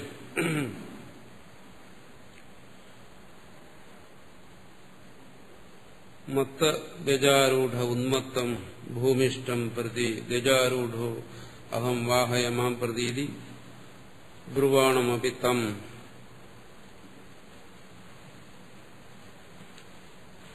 പ്രതി ന വാഹേതി അവിരോധ ബുദ്ധ്യ തത്വത്. അദ്വൈത ദർശനത്തിന് ഒരു ദർശനത്തിനോടും വിരോധമില്ല. അതുകൊണ്ട് അദ്വൈത ഇവിടെ ഉപമിക്കുകയാണ് മത്ത ഗജാരൂഢനായിട്ട്. ഒരു മതയാനയുടെ പുറത്തൊരാളിരിക്കുകയാണ്, അദ്വൈതി എന്ന് കണക്കാക്കുക. അയാൾ പഴയകാലത്ത് ആനപ്പുറത്ത് ഇരുന്നുകൊണ്ട് യുദ്ധം ചെയ്യും. ഇന്നത്തെ പോലെ ടാങ്കും പീരങ്കിയും ഒന്നും ഒന്നുണ്ടായിരുന്നില്ല. അതുകൊണ്ട് ആനയുടെ പുറത്ത് കയറി ഇരുന്നാണ് അങ്ങോട്ടും ഇങ്ങോട്ടും യുദ്ധം ചെയ്യുന്നത്. അപ്പോൾ ഒരാൾ ഒരു മത്തഗജം മതയാനയുടെ പുറത്തിരിക്കുകയാണ്. വലിയ വീരന്മാരെല്ലാം മതയാനയുടെ പുറത്ത് കയറി യുദ്ധം ചെയ്യും, അത്രയും വലിയ പരാക്രമികളാണ്. അതുപോലെയാണ് ഇവിടെ അതിന്റെ പുറത്തിരിക്കുകയാണ്. അങ്ങനെ ഇരിക്കുമ്പോൾ ഉന്മത്തം ഭൂമിഷ്ഠം, ഒരുവൻ തറയിൽ നിൽക്കുകയാണ്. തലയ്ക്ക് സുഖമില്ലാത്ത ഒരു ദ്വൈതി. ഈ ദ്വൈതികളെല്ലാം തലയ്ക്ക് സുഖമില്ലാത്തവന്മാരാണ്. തറയുന്നുകൊണ്ട് അയാൾ എന്താണ് വിളിച്ചു പറയുന്നത്? വാഹയ മാം പ്രതി ഗജാരൂഢോഹം, ഇതോ ഞാനും ആനയുടെ പുറത്തായിരിക്കുന്നു, ഇങ്ങോട്ട് വന്നാൽ നമുക്ക് ഒരു കൈ നോക്കാമെന്ന് പറയുകയാണ്. അപ്പൊ ഇവൻ കാണുന്നുണ്ട് മറ്റവൻ ആനപ്പുറത്തിരിക്കുന്നത്. ഇവന് സ്വയം വിചാരിക്കുകയാണ് തലയ്ക്ക് സുഖമില്ലാത്തതുകൊണ്ട് ഞാനും ആനപ്പുറത്തിരിക്കുകയാണ് എന്ന് പറയുന്നു. വാഹയ മാം പ്രതി എന്ന് വെച്ചാൽ എന്റെ നേരെ ഒന്ന് ഏറ്റുമുട്ട് നമുക്ക് നോക്കാമെന്ന്. അങ്ങനെ ബ്രുവാണമപി, അവനങ്ങനെ പറഞ്ഞാലും ഇവനറിയാം ഇവൻ സാധുവാണ്, തറയിലാണ് നിൽക്കുന്നത്, ഇവന്റെ പുറത്ത് ആനയെ കൊണ്ടിരുന്നു കഴിഞ്ഞാൽ ആന ഇവനെ ചവിട്ടി ചമ്മന്തിയാക്കുമെന്നറിയാം. അതുകൊണ്ട് തമ്പ്രതി ന വാഹയതി, അവന്റെ നേരെ ആനയെ തിരിച്ചുവിടാറില്ല. അവിരോധ ബുദ്ധിയ, കാരണം അവനോട് യാതൊരു വിരോധവുമില്ല. ഇവൻ തനിക്ക് സുഖമില്ലാതെ വിളിച്ചു പറയുന്നതാണ്. ഇത് കേട്ടുകൊണ്ട് അവന്റെ നേരെ ആനയെ കൊണ്ടുവന്നു കഴിഞ്ഞാൽ അതൊരു മഹാഭാവമാവും. അതുപോലെ ഈ ഭ്രാന്ത് പിടിച്ച ഓരോരുത്തർ പറയുകയാണ് അദ്വൈതത്തിനെതിരായിട്ട്. അദ്വൈതം എന്ന് പറഞ്ഞാൽ എന്തോ ഞങ്ങളുടെയൊക്കെ ശത്രുവാണെന്ന് കരുതി. അത് ചുരുക്കത്തിൽ ഇത് മനസ്സിലാക്കാതെ, ഈ അദ്വൈതത്തിന്റെ ആ സർവാത്മഭാവത്തെ മനസ്സിലാക്കാതെ അതിനെ എതിർക്കുന്നതെല്ലാം തലയ്ക്ക് സുഖമില്ലാത്തതുകൊണ്ടെന്നാണ് പറയുന്നത്. ഇവിടെ പറയുന്നു അത് ഇതുപോലെയുള്ളൂ. സ്വയം തലയ്ക്ക് ലെവലില്ലാത്തതുകൊണ്ട് പറയുന്നു ഞാൻ ആനപ്പുറത്തിരിക്കുകയാണ്, എന്റെ കൂടെ വാ നമുക്ക് യുദ്ധം ചെയ്യാന്ന് പറഞ്ഞാൽ അദ്വൈതി യുദ്ധം ചെയ്യാൻ പോകും. പോകേണ്ട കാര്യമില്ല. അവനോട് വിരോധമേ തോന്നേണ്ട കാര്യമില്ല. അതുകൊണ്ട് ഒരു തരത്തിൽ എന്ത് ചെയ്യുന്നു, ഈ വാദകോലാഹലങ്ങളെല്ലാം അദ്വൈതി അതിനെല്ലാം ഉപേക്ഷ വിചാരിക്കുകയാണ്. അതിന്റെ ആവശ്യമില്ല, അവിടെ വിരോധ ബുദ്ധിയില്ല എന്നാണ്. അതുകൊണ്ട് അദ്വൈതത്തിൽ ഭേദം കൽപ്പിക്കുക. അങ്ങനെ ചിലർ പറയും ഞങ്ങളുടെ അദ്വൈതം ഇതാണ്. അദ്വൈതത്തിൽ തന്നെ പല ഇതുണ്ട്. അദ്വൈതം, വിശിഷ്ട അദ്വൈതം, ഭേദാഭേദ അദ്വൈതം, അനിർവചനീയ അദ്വൈതം, ഇങ്ങനെയൊക്കെ പറഞ്ഞ് പല ഭേദങ്ങൾ പറയുന്നുണ്ട്. എല്ലാം ഭ്രാന്തന്മാരാണെന്നാണ് പറയുന്നത്. അത് അവരോട് സംസാരിച്ചിട്ട് കാര്യമുണ്ട്. തലയ്ക്ക് ലെവലില്ലാത്തവരടുത്ത് ഫിലോസഫി പറഞ്ഞിട്ട് വല്ല പ്രയോജനമുണ്ടോ? അത് പറയുന്നില്ലെന്നാണ് ആചാര്യസ്വാമികളോട് പറയുന്നത്. അതുകൊണ്ട് അദ്വൈതത്തെ അതിന്റെ പൂർണ്ണതയിൽ മനസ്സിലാക്കുമ്പോൾ അത് പരമാർത്ഥ സത്യമാണ്. അതിൽ നിന്ന് അന്യമായിട്ടൊന്നുമില്ല, ഒരു ദർശനവും. അതില്ല എന്ന് പറയുന്നതിന്റെ തത്വമാണ് ഇവിടെ പറഞ്ഞെന്താണ്, ഇതെല്ലാം ഈ എല്ലാ ദർശനങ്ങളും ആ തുര്യന്റെ ചിത്തസ്പന്ദനമാണ്. ആ ചിത്തസ്പന്ദനങ്ങളൊന്നും തന്നെ ആ തുര്യനിൽ നിന്ന് അന്യമല്ല. അത് അദ്വൈതമായാലും ശരി, ദ്വൈതമായാലും ശരി. പക്ഷെ ദ്വൈതി അത് മനസ്സിലാക്കുന്നില്ല, അദ്വൈതം ഇത് മനസ്സിലാക്കുന്നുണ്ട്. അതുകൊണ്ട് അദ്വൈതം ഇതിനെല്ലാത്തിനും കൂടി കൊടുത്തിരിക്കുന്ന ഒരു പേരാണ്. അതിന് പ്രത്യേക ഒരു ചിത്തസ്പന്ദനത്തിന് കൊടുക്കുന്നതല്ല. തുര്യന്റെ എല്ലാ സ്പന്ദനങ്ങളും, സ്പന്ദനം എന്ന് പറഞ്ഞാൽ വിഷയ ആകാര മനോവൃത്തി, ഈ വിഷയങ്ങളെല്ലാം വിഷയമാക്കുന്ന മനോവൃത്തികളെയാണ് സ്പന്ദനം എന്ന് പറയുന്നത്. അതെന്ത് വിഷയമായാലും ശരി, ദ്വൈതമായാലും ശരി, അദ്വൈതമായാലും ശരി, മറ്റെന്തെങ്കിലും ദ്വൈതമായാലും ശരി, മറ്റെന്തെങ്കിലും അദ്വൈതമായാലും ശരി, അതിനെല്ലാം വിഷയമാക്കിക്കൊണ്ടിരിക്കുന്ന ഈ മനോവൃത്തികൾ, ഇതാണ് അദ്വൈതം. അദ്വൈതം ഇതിൽപ്പെടുന്നു. ഇതൊന്നും ആ പരമാർത്ഥമായ തുര്യനിൽ നിന്ന് അദ്വൈതമല്ല, ഭിന്നമല്ല, അഭിന്നമാണ് എന്ന് പറയുന്നതാണ് അദ്വൈത സിദ്ധാന്തം. ഇതിലൂടെ ഭേദം, ഇതിലൂടെ രാഗദ്വേഷങ്ങൾ, ഭ്രാന്തന്മാരോട് വിദ്വേഷം വെച്ചിട്ട് എന്താ കാര്യം? അപ്പോ ഒരാൾക്ക് ഭ്രാന്തുണ്ടെന്ന് പറയുന്ന അയാളോട് വിരോധം കൊണ്ടാണോ പറയുന്നത്? അങ്ങനെ ചിലപ്പോൾ പറയേണ്ടി വരും. നിനക്ക് തലയ്ക്ക് സുഖമില്ല, പോയി മരുന്ന് കഴിക്കാൻ പറയുന്നത് വിദ്വേഷം കൊണ്ടാണ്. ഒരിക്കലും അത് വിദ്വേഷം കൊണ്ടല്ല, പരമാർത്ഥം പറയുകയാണ്. പക്ഷെ അവൻ കരുതുന്നത് എന്താണ്, എന്നോടെന്തോ വിരോധം കൊണ്ടത് പറഞ്ഞാണെന്ന് കരുതും. അങ്ങനെയല്ല. അതിനാണ് ഈ ഭ്രാന്തന്റെ ഉദാഹരണം ഇവിടെ എടുത്തു പറഞ്ഞത്. അത് അനുകമ്പ കൊണ്ട് പറയുന്നതാണ്. അങ്ങനെ സംഭവിച്ചു പോയി, മനസ്സിന്റെ നില തെറ്റിപ്പോയി, മരുന്നെല്ലാം കഴിച്ച് ശരിയാക്കാൻ പറയുന്നതാണ്. അത് വിദ്വേഷമുണ്ട്. പക്ഷെ ദ്വൈതിയോടത് പറഞ്ഞു കഴിഞ്ഞാൽ വിരോധം വരും. എന്നോടുള്ള വിരോധം കൊണ്ട് പറഞ്ഞാണെന്ന് വരും. അത് പിന്നെ അദ്വൈതി സഹിക്കും, അല്ല വേറെ നിവൃത്തിയില്ല. തതഃ പരമാർത്ഥതോ ബ്രഹ്മവിദ് ആത്മൈവ ദ്വൈതന. അതുകൊണ്ടെന്താണ് ഇവിടെ പറയുന്നു, ദ്വൈതമേ പരമാർത്ഥത്തിൽ നിൽക്കുന്നില്ല. അദ്വൈതത്തിൽ നിന്ന് അന്യമായ ദ്വൈതം നിൽക്കുന്നില്ല. അദ്വൈതത്തിൽ നിന്ന് ഭിന്നമായൊരു ദ്വൈതമില്ല. അദ്വൈതത്തിൽ അന്തർഭവിച്ച് എല്ലാം നിലനിൽക്കുന്നുണ്ട്. ഈ പ്രപഞ്ചം ആകവേ അദ്വൈതത്തിൽ നിലനിൽക്കുകയാണ്. പിന്നെ ദ്വൈതി എന്ന് പറയുന്ന ഒരുവനെ നോക്കാൻ എന്താ പ്രയാസം? അതുകൊണ്ട് ബ്രഹ്മവിദ് ആത്മൈവ ദ്വൈതിന, ദ്വൈതികളുടെയും സ്വരൂപമായിരിക്കുന്നത് അതുതന്നെ, ആ പരമാത്മവസ്തു തന്നെ. തേനായം ഹേതുന അസ്മത് പക്ഷോന വിരുദ്ധ്യതേ. അതുകൊണ്ട് പറഞ്ഞു വരുന്നത് എന്താണോ, നമ്മൾ മുമ്പും പറഞ്ഞിട്ടുള്ളതാണ്. നമ്മൾ ഒരിക്കലും അങ്ങനെ ധരിക്കരുത്. അദ്വൈതമെന്നും ദ്വൈതമെന്നും പറയുന്ന രണ്ട് പരസ്പര വിരുദ്ധമായ സിദ്ധാന്തങ്ങളാണെന്ന് ധരിക്കരുത്. അസ്മത് പക്ഷോന വിരുദ്ധ്യതേ തേഹി. ആചാര്യസ്വാമികളുടെ പറയുന്നു, ഞാനീ പറയുന്ന എന്റെ പക്ഷം ഇത് അവരുമായി വിരോധമുള്ള ഒരു കാര്യമല്ല. ആ രീതിയിൽ നമ്മളതിനെ മനസ്സിലാക്കുന്നില്ല. മനസ്സിലാക്കാതെ പറയുന്നു അത് വേറെ എന്തോ ഒരു കാര്യമാണ്, ഇത് വേറെ എന്തോ ഒരു കാര്യമാണ് എന്ന് നമ്മൾ പറയുന്നു. അത് അസംബന്ധമാണ്. അദ്വൈതം മനസ്സിലാക്കാത്തതുകൊണ്ടാണ് എന്ന് ആചാര്യസ്വാമികൾ പറഞ്ഞാൽ കൂടി മനസ്സിലായില്ലെങ്കിൽ അസ്മത് പക്ഷ എന്ന് വെച്ചാൽ എന്താണ്? എന്റെ പക്ഷം എന്ന് പറഞ്ഞാൽ ഞാനീ പറയുന്ന ഈ അദ്വൈതം തൈഹി എന്ന വിരുദ്ധ്യതേ, ഈ പറയുന്ന ദ്വൈതികളുമായി വിരോധമുള്ളതല്ല. ഇതിന് സ്പഷ്ടമായിട്ട് എങ്ങനെ പറയണം അദ്വൈതത്തെ? ഇത് പറഞ്ഞാലും നമ്മൾ മനസ്സിലാക്കും. എന്നാലും നമ്മൾ വീണ്ടും പലതിനെ പലതായി തന്നെ കാണും. അദ്വൈത ബോധം മനസ്സിൽ വരത്തില്ല. അതുകൊണ്ടാണ് ആ ദൃഷ്ടാന്തം പറഞ്ഞത്. ഇതെല്ലാം വാസ്തവത്തിൽ എന്താ? വെറും മനോവൃത്തികളാണ്. അതിനാണ് പ്രാധാന്യം. വെറും ചിത്തസ്പന്ദനങ്ങളാണ്. ചിത്തസ്പന്ദനം എന്നുള്ള നിലയ്ക്ക് ഇതെല്ലാം ഒന്ന് തന്നെ. അതിനാ പരമാർത്ഥ വസ്തുവിൽ നിന്ന് എങ്ങനെ ഭേദം വരുന്നില്ല. അതുകൊണ്ട് തന്നെ ഇവിടെ അദ്വൈതമാണ് പരമാർത്ഥം എന്ന് പറയുന്നു. അതുകൊണ്ട് ദ്വൈതിനാം ആത്മൈവ ബ്രഹ്മവിത്ത്, ആ ദ്വൈതികളുടെയും പരമാർത്ഥമായിരിക്കുന്നതാണ് ഇവിടുത്തെ അദ്വൈതം. അതുകൊണ്ട് ഇവിടെ ദ്വൈതം അദ്വൈതം എന്നുള്ള ഭേദദൃഷ്ടി അദ്വൈതിക്ക് പാടില്ല എന്നാണ് ഇവിടെ പറയുന്നത്. പറയുന്നതിന്റെ താല്പര്യം അതാണ്. അല്ലെങ്കിൽ ചെല്ലു പറയും എന്താണ്, ഞാൻ അദ്വൈതി മറ്റവൻ ദ്വൈതി എന്ന് പറയും. ഞാൻ ശ്രേഷ്ഠനാണ്, ശ്രേഷ്ഠമായ ദർശനം എന്റെ കയ്യിലുണ്ട് അദ്വൈതം, മറ്റവൻ നികഷ്ടനാണ്, അവന്റെ ദർശനം ദ്വൈതമാണ്. അത്തരത്തിലൊരു ഭേദബുദ്ധി പോലും അദ്വൈതിക്കില്ല, യഥാർത്ഥത്തിലുള്ള അദ്വൈതിക്കില്ല. എന്തുകൊണ്ട്? ബ്രഹ്മവിദ് ആത്മൈവ ദ്വൈതന, ദ്വൈതികളുടെയും യഥാർത്ഥ സ്വരൂപമായിരിക്കുന്ന ആ പരമാത്മാവ്, അതാണ് ബ്രഹ്മവിത്ത് എന്ന് പറയുന്നത്. അതുകൊണ്ട് ഒരു തരത്തിലും ഇവിടെ ഭേദത്തെ അംഗീകരിക്കുന്നില്ല അദ്വൈതി. ഭേദം ലേശം പോലും ഇല്ലാത്തതുകൊണ്ട് തന്നെ എന്താണ്? അദ്വൈതിയിൽ രാഗദ്വേഷങ്ങളില്ല. അദ്വൈതിയുടെ ഈ വാദങ്ങളും വിവാദങ്ങളും ഒന്നും രാഗദ്വേഷ പ്രേരിതമായിട്ടല്ല. ആ സത്യത്തെ വെളിപ്പെടുത്താൻ വേണ്ടി പറയുന്നതാണ്. സത്യത്തെ വെളിപ്പെടുത്താൻ വേണ്ടി പറയുമ്പോൾ ഭ്രാന്തമായ എന്തെങ്കിലും ആശയങ്ങളുണ്ടെങ്കിൽ അത് ശരിയല്ല എന്ന് പറയും. അത് രാഗദ്വേഷ പ്രേരിതമായിട്ടല്ല, അവനെ അദ്വൈതത്തിലേക്ക് കൊണ്ടുവരാൻ വേണ്ടിയാണ്. അവനും അദ്വൈതത്തിന്റെ ഭാഗമാണെന്ന് അവനെ ബോധിപ്പിക്കാൻ വേണ്ടി പറയുന്നതാണ് എന്നേഹ നാനാസ്തി കിഞ്ചന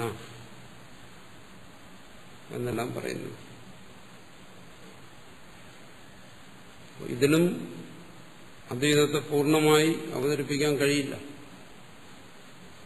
അദ്വൈതത്തെ സംബന്ധിച്ചുള്ള, അദ്വൈത ദർശനത്തെ സംബന്ധിച്ചുള്ള സർവ്വ സംശയങ്ങളെയും ദൂരീകരിക്കാൻ ഇതിലും അപ്പുറം വേറൊരു ഉപായമൊന്നുമില്ല.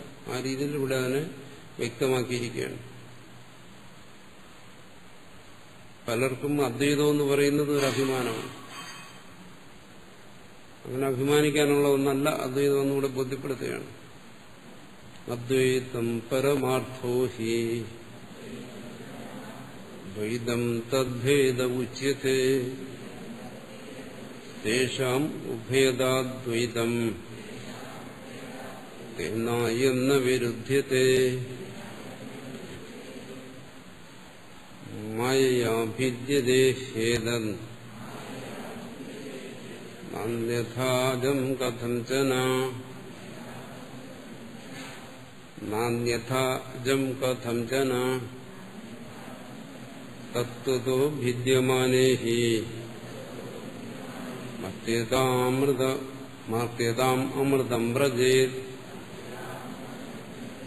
ദ്വൈതം അദ്വൈതഭേദ ഇത്യുക്തേ ദ്വൈതമൊപ്പി അദ്വൈതവത് പരമാർത്ഥ സദ്യത സ്യാത് കസ്യചിത് ആശങ്കേത്യതാഹ. പറഞ്ഞു ദ്വൈതം അദ്വൈതത്തിന്റെ ഭേദമാണ്, അദ്വൈതത്തിന്റെ കാര്യമാണ് എന്ന് പറഞ്ഞാൽ അവിടെ എന്താ മനസ്സിലാക്കേണ്ടത്? രണ്ട് സത്യമുണ്ടെന്നല്ല. ദ്വൈതം അദ്വൈതത്തിന്റെ ഭേദമാണെന്ന് പറഞ്ഞാൽ ദ്വൈതം അദ്വൈതത്തിന് ആരോപിതമാണെന്ന് മനസ്സിലാക്കണം. രണ്ട് സത്യമുണ്ടെന്നാണെങ്കിലും അതിന്റെ ആവശ്യമില്ല. രണ്ട് സത്യത്തിന്റെ ആവശ്യമില്ല. കാരണം രണ്ട് ഞാനിന്റെ ആവശ്യമില്ല. ഒരു ഞാൻ തന്നെ പര്യാപ്തമാണ് സർവ വ്യവഹാരങ്ങൾക്കും. ഇവിടെ രണ്ട് ഞാനിന്റെ ആവശ്യമില്ല. അതുകൊണ്ട് തന്നെ രണ്ട് അദ്വൈതത്തിന്റെ ആവശ്യമില്ല. ഒന്ന് മതിയാകും. പിന്നെ രണ്ട് അദ്വൈതം എന്ന് പറഞ്ഞാൽ പിന്നെ അദ്വൈതത്തിന് അർത്ഥമില്ലാതെയില്ല. ദ്വൈതം മതി. അദ്വൈതവത് പരമാർത്ഥ സത്. ദ്വൈതവും സത്യവും അദ്വൈതവും സത്യവും. അങ്ങനെ അദ്വൈതം എന്ന് പറയുമ്പോൾ തന്നെ എന്താണ്? എല്ലാ ദ്വൈതങ്ങളെയും അന്തർഭവിക്കുന്നതോ അല്ലെങ്കിൽ ദ്വൈതത്തെ നിരാകരിക്കുന്നതോ ആണ് ഒരർത്ഥത്തിൽ. അപ്പൊ പിന്നെ രണ്ട് സത്യങ്ങൾക്ക് നിലനിൽപ്പില്ല. അങ്ങനെ ഒരു ആശങ്ക ചിലപ്പോൾ വരാം. അതുകൊണ്ട് പറയുന്നു യത് പരമാർത്ഥ അദ്വൈതം മായ ഭിദ്യതേ. ആ പരമാർത്ഥമായിരിക്കുന്ന ഒന്ന് തന്നെ മായ കൊണ്ട് പലതായിരിക്കുന്നതാണ്. അദ്വൈതം തന്നെയാണ് ഇവിടെ ദ്വൈതമായി അനുഭവപ്പെടുന്നത്. പരമാർത്ഥ സത് അദ്വൈതം മായ ഭിദ്യതേ. അദ്വൈതം പരമാർത്ഥമാണ്, അത് മായ കൊണ്ട് പലതായി തോന്നുന്നു. മായ കൊണ്ട് തോന്നുന്നു എന്ന് പറയുന്നത് എന്താണ്? വാസ്തവത്തിൽ അങ്ങനെയല്ല. ആരോപിതമായ അല്ലെങ്കിൽ കല്പിതമായ എങ്ങനെയാണ്? ഹേതത് അതുപോലെ തൈമിരിക അനേക ചന്ദ്രവത്. തിമിരം കൊണ്ട് അനേക ചന്ദ്രനെ കാണുന്നത് പോലെ രജ്ജു സർപ്പധാരാദിഭിർ ഭേദൈ. രജ്ജുവിനെ കണ്ടിട്ട് സർപ്പമെന്നോ മാലയെന്നോ ജലധാരയെന്നോ ഭൂഛിദ്രമെന്നോ പലതരത്തിലും അനുഭവപ്പെടുന്നു. അതുപോലെ ന പരമാർത്ഥതോ നിരവയവത്വ ആത്മന. ആത്മാവ് അംശരഹിതമാണ്. അതുകൊണ്ട് പരമാർത്ഥത്തിൽ ആത്മാവിൽ നാനാത്വം പരമാർത്ഥത്തിൽ നിലനിൽക്കുന്നില്ല. കല്പിതമായി എല്ലാമാകാം.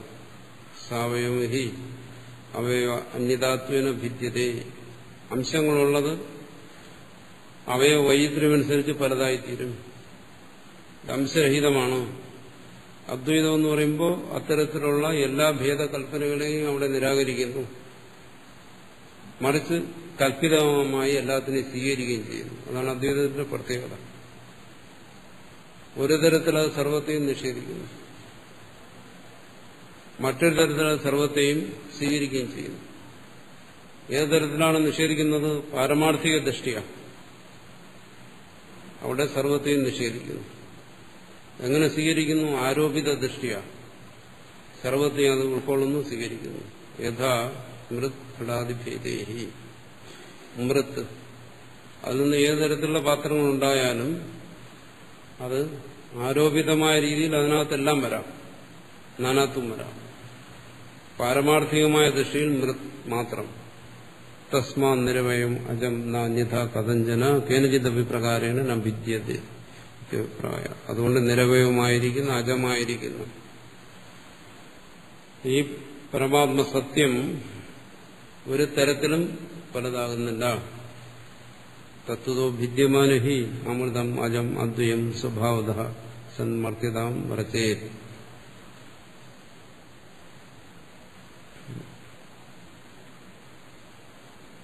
അത് സംഭവിക്കുന്നില്ല.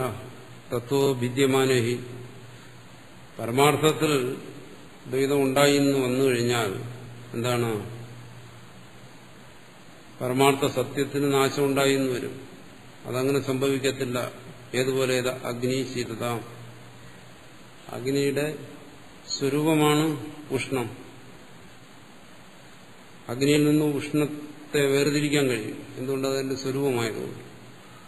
അതുകൊണ്ട് അഗ്നി ഒരിക്കലും ശീതമാകുന്നില്ല. ഒരു വസ്തുവിന് അതിന്റെ സ്വഭാവത്തെ വെടിയാൻ കഴിയില്ല. കാരണം ആ സ്വഭാവത്തെ വെടിഞ്ഞു കഴിഞ്ഞ് പിന്നെ വസ്തുവിന് നിലനിൽപ്പില്ല. അതുപോലെ ഈ പരമാർത്ഥ വസ്തു അത് പലതല്ല. പരമാർത്ഥത്തിൽ അത് പലതാകത്തില്ല, അങ്ങനെയായി നശിക്കുന്ന ഒന്നല്ല. അനിഷ്ടം സ്വഭാവ വൈപരീത്യഗമനം. സ്വഭാവ വൈപരീത്യം എന്ന് പറയുന്നത് അനിഷ്ടമാണെന്ന് വെച്ചാൽ അത് സംഭവിക്കത്തില്ല എന്നല്ല, കൽപ്പിക്കാൻ കഴിയാത്ത കാര്യമാണ്. അഗ്നി അതിന്റെ സ്വരൂപമായ ഉഷ്ണതയെ വെടിയുക എന്ന് പറയുന്നത് നമുക്ക് കൽപ്പിക്കാൻ വയ്യ. അതുപോലെ അദ്വൈതം അതല്ലാതായി തീരുക, അത് കൽപ്പിക്കാൻ വയ്യ. എന്നാലും ഇതെല്ലാം അനുഭവപ്പെടുന്നു, നാനാത്വം അനുഭവപ്പെടുന്നുണ്ട്, ദ്വൈതം അനുഭവപ്പെടുന്നുണ്ട്. അതിന് സമാധാനം പറയുന്നു. എന്താണ്? മായയാ ഭിദ്യതേ, ആരോപിതമായി കൽപ്പിതമായി ഇത് നിലനിൽക്കാം. ചിത്തസ്പന്ദന രൂപത്തിൽ ഇതെല്ലാം നിലനിൽക്കുന്നു. ആ തുര്യനിൽ നിന്നും അനന്യമായ ചിത്തസ്പന്ദന രൂപത്തിൽ നിലനിൽക്കുന്നു. അജം അമ്പ്യം ആത്മതത്വം മായ ഏവ ഭിദ്യതേ എന്ന പരമാർത്ഥത. തസ്മാ പരമാർത്ഥ സദ്ദ്വൈതം. അതുകൊണ്ട് ദ്വൈതം പരമാർത്ഥ സത്തല്ല, അദ്വൈതം പരമാർത്ഥ സത്താണ്. അങ്ങനെ രണ്ട് സത്യം നിലനിൽക്കില്ല. സത്യം എന്ന് പറയുമ്പോൾ തന്നെ അത് ഏകമായി. അതുകൊണ്ട് പിന്നെ അവിടെ രണ്ടിന്റെ പ്രശ്നമേ ഉദിക്കുന്നില്ല എന്നാണ്. മായയാ ഭിദ്യതേ ഹേതത് അന്യഥാജം കഥഞ്ജന തത്വതോ ഭിദ്യമാനേ ഹി മത്തേതാം അമൃതം വ്രജേത് അജാതസ്യൈവ ഭാവസ്യ ജാതിം ഇച്ഛന്തി വാദിനഃ അജാതോ ഹ്യമൃതോ ഭാവോ മത്യതാം കഥം യേഷ്യതി. അദ്വൈതം എന്ന് പറയുന്നതിനെ ഉറപ്പിക്കുന്നതിന് വേണ്ടി പറയുകയാണ്. കാരണം വിപരീത ഭാവനയും സംശയവും അജ്ഞാനവുമാണ് ഇപ്പോൾ പ്രബലമായിരിക്കുന്നത്, അദ്വൈത ബോധത്തിന് വിരുദ്ധമായിരിക്കുന്ന കാര്യങ്ങൾ. ഒറ്റ വാക്കിൽ ഇതെല്ലാം അദ്വൈതമാണെന്ന് പറഞ്ഞു കഴിഞ്ഞാൽ അതിന് ഈ ഭ്രാന്തിയെ, സംശയത്തെ, അജ്ഞാനത്തെ ഒന്നും ദൂരീകരിക്കാനുള്ള ശേഷി ഉണ്ടാവില്ല. അതുകൊണ്ട് ഇതിനെ ആവർത്തിച്ച് ബോധിപ്പിക്കുക, നാനാ പ്രമാണങ്ങളിലൂടെ ബോധിപ്പിക്കുക, നാനാ യുക്തികളിലൂടെ ബോധിപ്പിക്കുക. അതിനു വേണ്ടിയിട്ടാണ് മറ്റൊരു രീതിയിൽ ഇങ്ങനെ മാറി മാറി ഈ വിഷയത്തെ തന്നെ പറയുന്നതിന്റെ താല്പര്യം എല്ലായിടത്തും ഒന്നാണ്. അദ്വൈതത്തെ പരമാർത്ഥമായി ബോധിക്കുക, ആ പരമാർത്ഥം താനാണെന്ന് ബോധിപ്പിക്കുക. അല്ലെങ്കിൽ തന്റെ പരമാർത്ഥമാണ് അദ്വൈതമെന്ന് ബോധിപ്പിക്കുക. അതിനുവേണ്ടി മറ്റൊരു ഉപായത്തിൽ പറയുകയാണ്. ഏത് പുനഃ ഉപനിഷത്ത് വ്യാഖ്യാതാരോ ബ്രഹ്മവാദിനോ വാവദൂകാഹ അജാതസ്യൈവ ആത്മതത്വസ്യ അമൃതസ്യ സ്വഭാവതോ ജാതിം ഉത്പത്തിം ഇച്ഛന്തി പരമാർത്ഥതയേവ തേഷാം ജാതേ ചേത് പരമാർത്ഥയേവ തേഷാം ജാതേ ചേത് തദൈവ മർത്യതാമേഷ്യതി അവശ്യം. ഇനി ഈ അദ്വൈതികളിൽ തന്നെ താൻ അദ്വൈതിയാണെന്ന് അഭിമാനിക്കുന്നവരിൽ, അദ്വൈതം തനിക്ക് മനസ്സിലായി എന്ന് ധരിക്കുന്നവരിൽ തന്നെ പലരും അദ്വൈതത്തെ പലതരത്തിൽ അവതരിപ്പിക്കുന്നു. എന്റെ അദ്വൈതം, അന്യന്റെ അദ്വൈതം, എന്റെ ഗുരുവിന്റെ അദ്വൈതം, മറ്റേ ഗുരുവിന്റെ അദ്വൈതം, ഇങ്ങനെ അദ്വൈതത്തിന് പല വ്യാഖ്യാനങ്ങളും കൊടുക്കുന്നു. അവരെയും ജനം ധരിച്ചിരിക്കുന്ന എന്താണ്? ബ്രഹ്മവാദികൾ, ബ്രഹ്മവാദിനഹോ. പക്ഷെ ശരിക്കും ആരാണ്? വാവദൂകാഹ, മലയാളത്തിൽ പറഞ്ഞ വായാടികൾ എന്ന് പറയും. വെറും വായാടികൾ. അവർ പറയുന്നു, അവരുടെ ധൈര്യം എന്താണ്? ഉപനിഷത്ത് വ്യാഖ്യാതാര. അവർ ഉപനിഷത്തൊക്കെ വ്യാഖ്യാനിച്ചു കളയും. വിവരക്കേടുണ്ടെങ്കിൽ ആർക്കും എന്തും വ്യാഖ്യാനിക്കാമല്ലോ, അങ്ങനെ വ്യാഖ്യാനിക്കും. അവരെന്താ പറയുന്നത്? അജാതസ്യൈവ ആത്മതത്വസ്യ.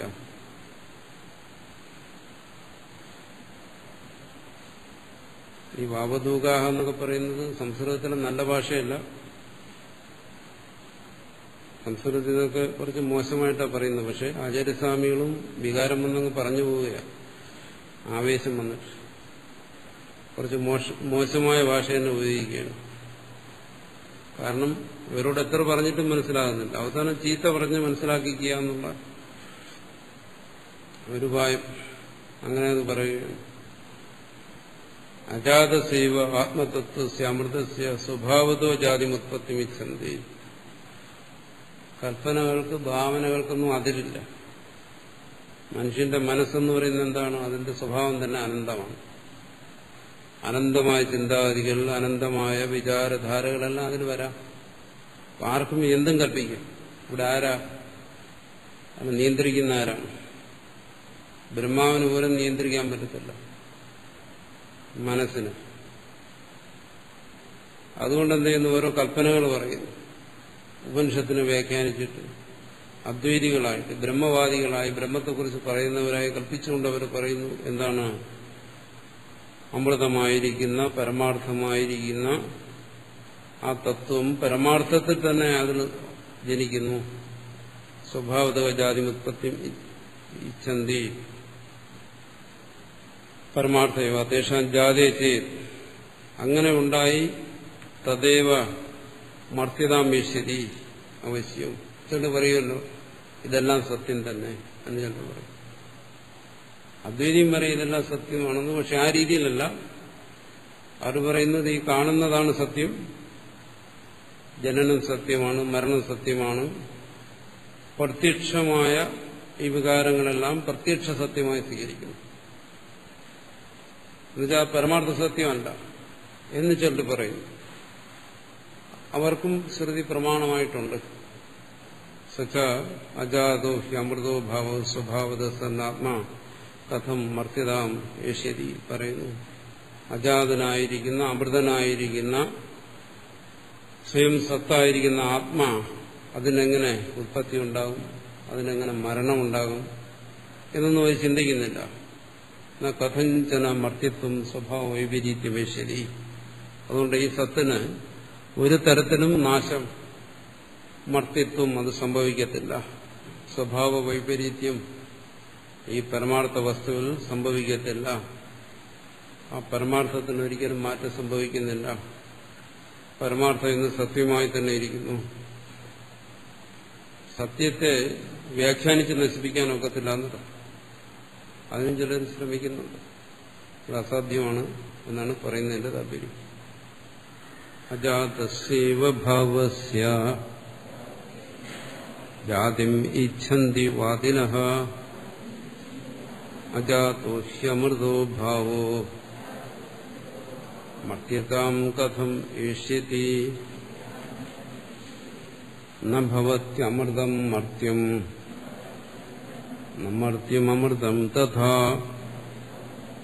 പ്രകൃതേരന്യഥാ ഭാവോ ന കഥംചിത് ഭവിഷ്യതി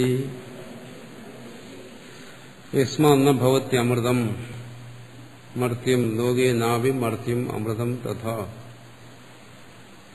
അമൃതമായത്, നിത്യമായത്, നശിക്കാത്തത് അതൊരിക്കലും നശിക്കുന്നതാകുന്നില്ല. ലോകത്തിൽ നോക്കിയാലും അത് തന്നെ. ആപേക്ഷികമായി നിത്യവുമായി നിൽക്കുന്ന ആകാശം പോലെയുള്ളത് നശിക്കുന്നതായി നമ്മൾ കാണുന്നില്ല. അമൃതം എന്ന് പറഞ്ഞാൽ എന്താണ്? മർത്യതയില്ലാത്തതാണ്, നാശമില്ലാത്തതാണ്. നാഭി മർത്യം അമൃതം തഥ. അതുപോലെ നശിക്കുന്ന ഒന്നിനും അമൃതഭാവത്തെ പ്രാപിക്കാനും സാധ്യമല്ല. അത് നിത്യതയെ പ്രാപിക്കുന്നതുമില്ല.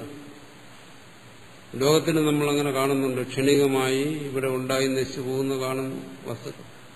അത് ആകാശാദികളെപ്പോലെ അത് നിത്യമായി നിലനിൽക്കുന്നില്ല. തഥാ പ്രകൃതേഹേ സ്വഭാവസ്യ അന്യതാഭാവ സ്വതപ്രച്ഛിതിർന കഥഞ്ചിത് ഭവിഷ്യതി. സ്വഭാവത്തിൽ നിന്നുള്ള മാറ്റം പ്രകൃതിയിൽ പോലും കാണുന്നില്ല. അതിനാണ് നേരത്തെ അഗ്നിയുടെയും ഉഷ്ണത്തിന്റെയും കാര്യം പറഞ്ഞത്. അങ്ങനെ കാണുന്നില്ലെങ്കിൽ ഈ പരമാത്മ വസ്തുവിൽ എങ്ങനെ മാറ്റം വരും? പരമമായ സത്യം അത് നശിക്കാത്തതാണ്. അതിനെങ്ങനെ നാശം സംഭവിക്കും? ആ പരമാർത്ഥ സത്യത്തെയാണ് ഇവിടെ ബ്രഹ്മമെന്നും ആത്മാവെന്നും ഈശ്വരനെന്നും എല്ലാം പറയുന്നത്. അതിന് മാത്രം എങ്ങനെ പരിണാമങ്ങൾ സംഭവിക്കും, മാറ്റം സംഭവിക്കും? അതിന് മാറ്റം സംഭവിക്കുന്നില്ലെങ്കിൽ ഈ കാണുന്നതെല്ലാം അതാണ്, ആ സത്യം മാത്രമാണ്. ഇതെല്ലാം അദ്വൈതമാണ്. അദ്വൈതത്തിൽ നിന്ന് അന്യമായ ഒന്നുമില്ല. അഗ്നിയിൽ ഉഷ്ണ്യസ്യ, അഗ്നിയിൽ നിന്ന് നമുക്ക് ഉഷ്ണത്തെ വേർതിരിക്കാൻ കഴിയാത്തതുപോലെ ആ പരമാർത്ഥ വസ്തുവിൽ നിന്ന് ഈ പ്രപഞ്ചത്തെ, ഈ ദൃശ്യത്തെ വേർതിരിക്കാൻ സാധ്യമല്ല. അത് തുര്യന്റെ ചിത്തസ്പന്ദനമാണ്. തുര്യനിൽ നിന്ന് വേർതിരിക്കാൻ സാധ്യമല്ല. അതാണ് അദ്വൈതം. അജാതം എന്ന് പറയുന്ന അതാണ്. അല്ല നമ്മൾ ധരിക്കുന്ന വാച്യാർത്ഥം പോലെ ജനിക്കാത്തത് എന്നുള്ള ഒരു അർത്ഥത്തിലല്ല പറയുന്നത്. അനന്യഭാവത്തിലാണ് അജാതം എന്ന് പറയുന്നത്. നമ്മളിവിടെ എല്ലാം ഉണ്ടാകുന്നതും നശിക്കുന്നതുമായി കാണുന്നുണ്ട്. അപ്പൊ പറയണ അജാതം എന്ന് പറഞ്ഞു കഴിഞ്ഞാൽ ജനിക്കുന്നില്ല എന്നാണ്. നമ്മുടെ അനുഭവത്തിന് വിരുദ്ധമായി വരും.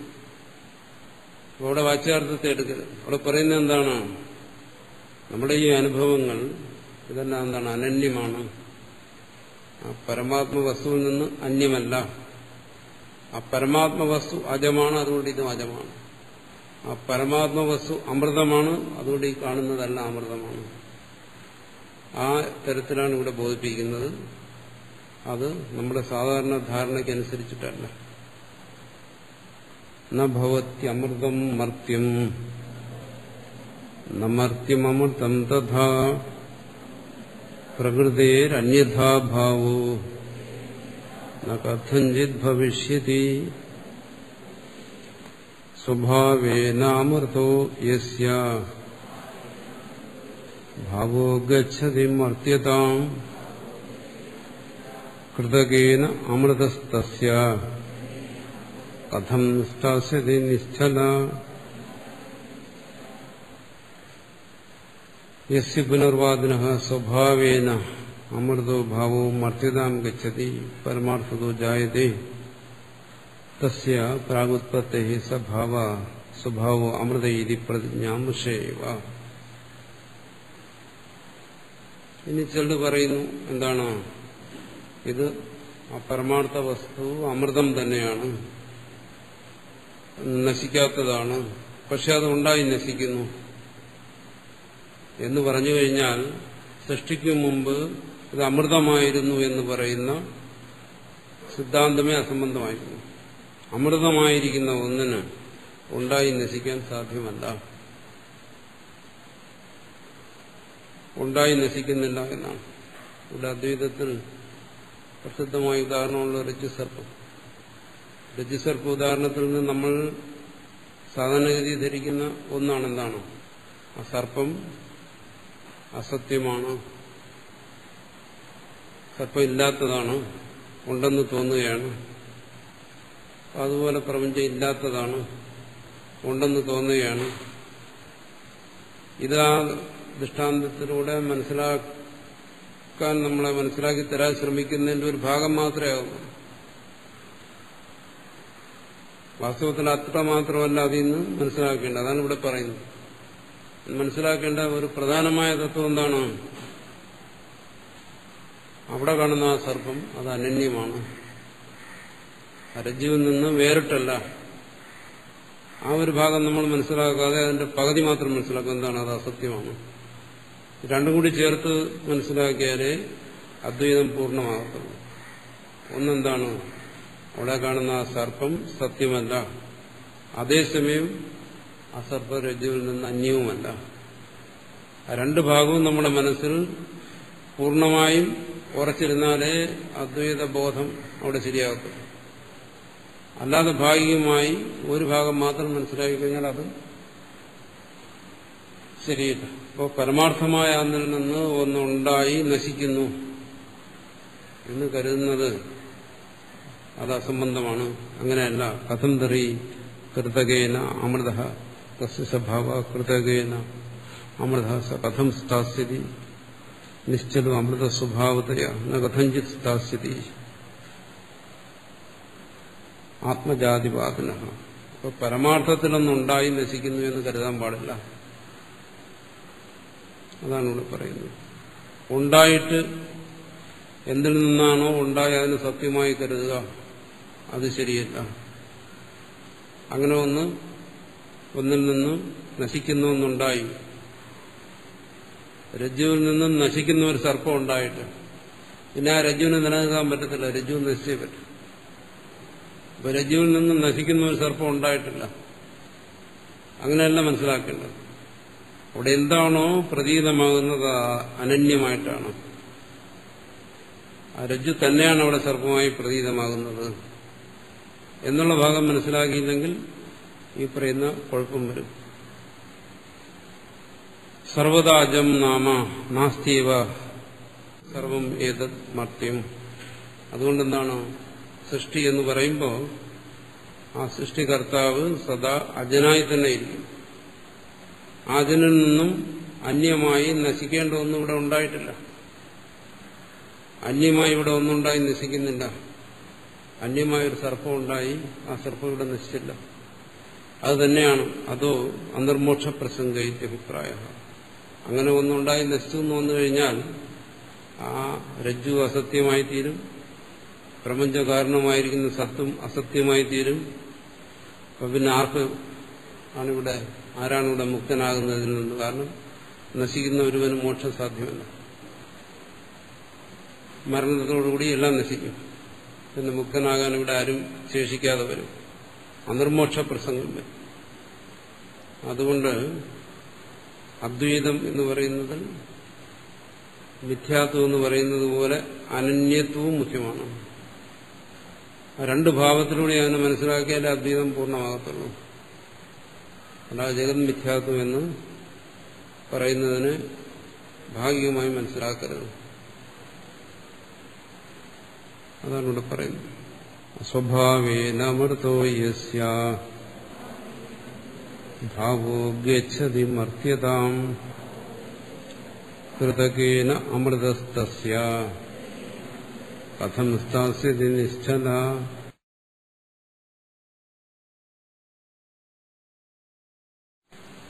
ഭൂതതോ വഭൂതതോ വാപി സർവ്യമാനേ സമാശ്രുതി നിശ്ചിതം യുക്തിയുക്തം ച യത്തദ്ഭവതി നേതരത്.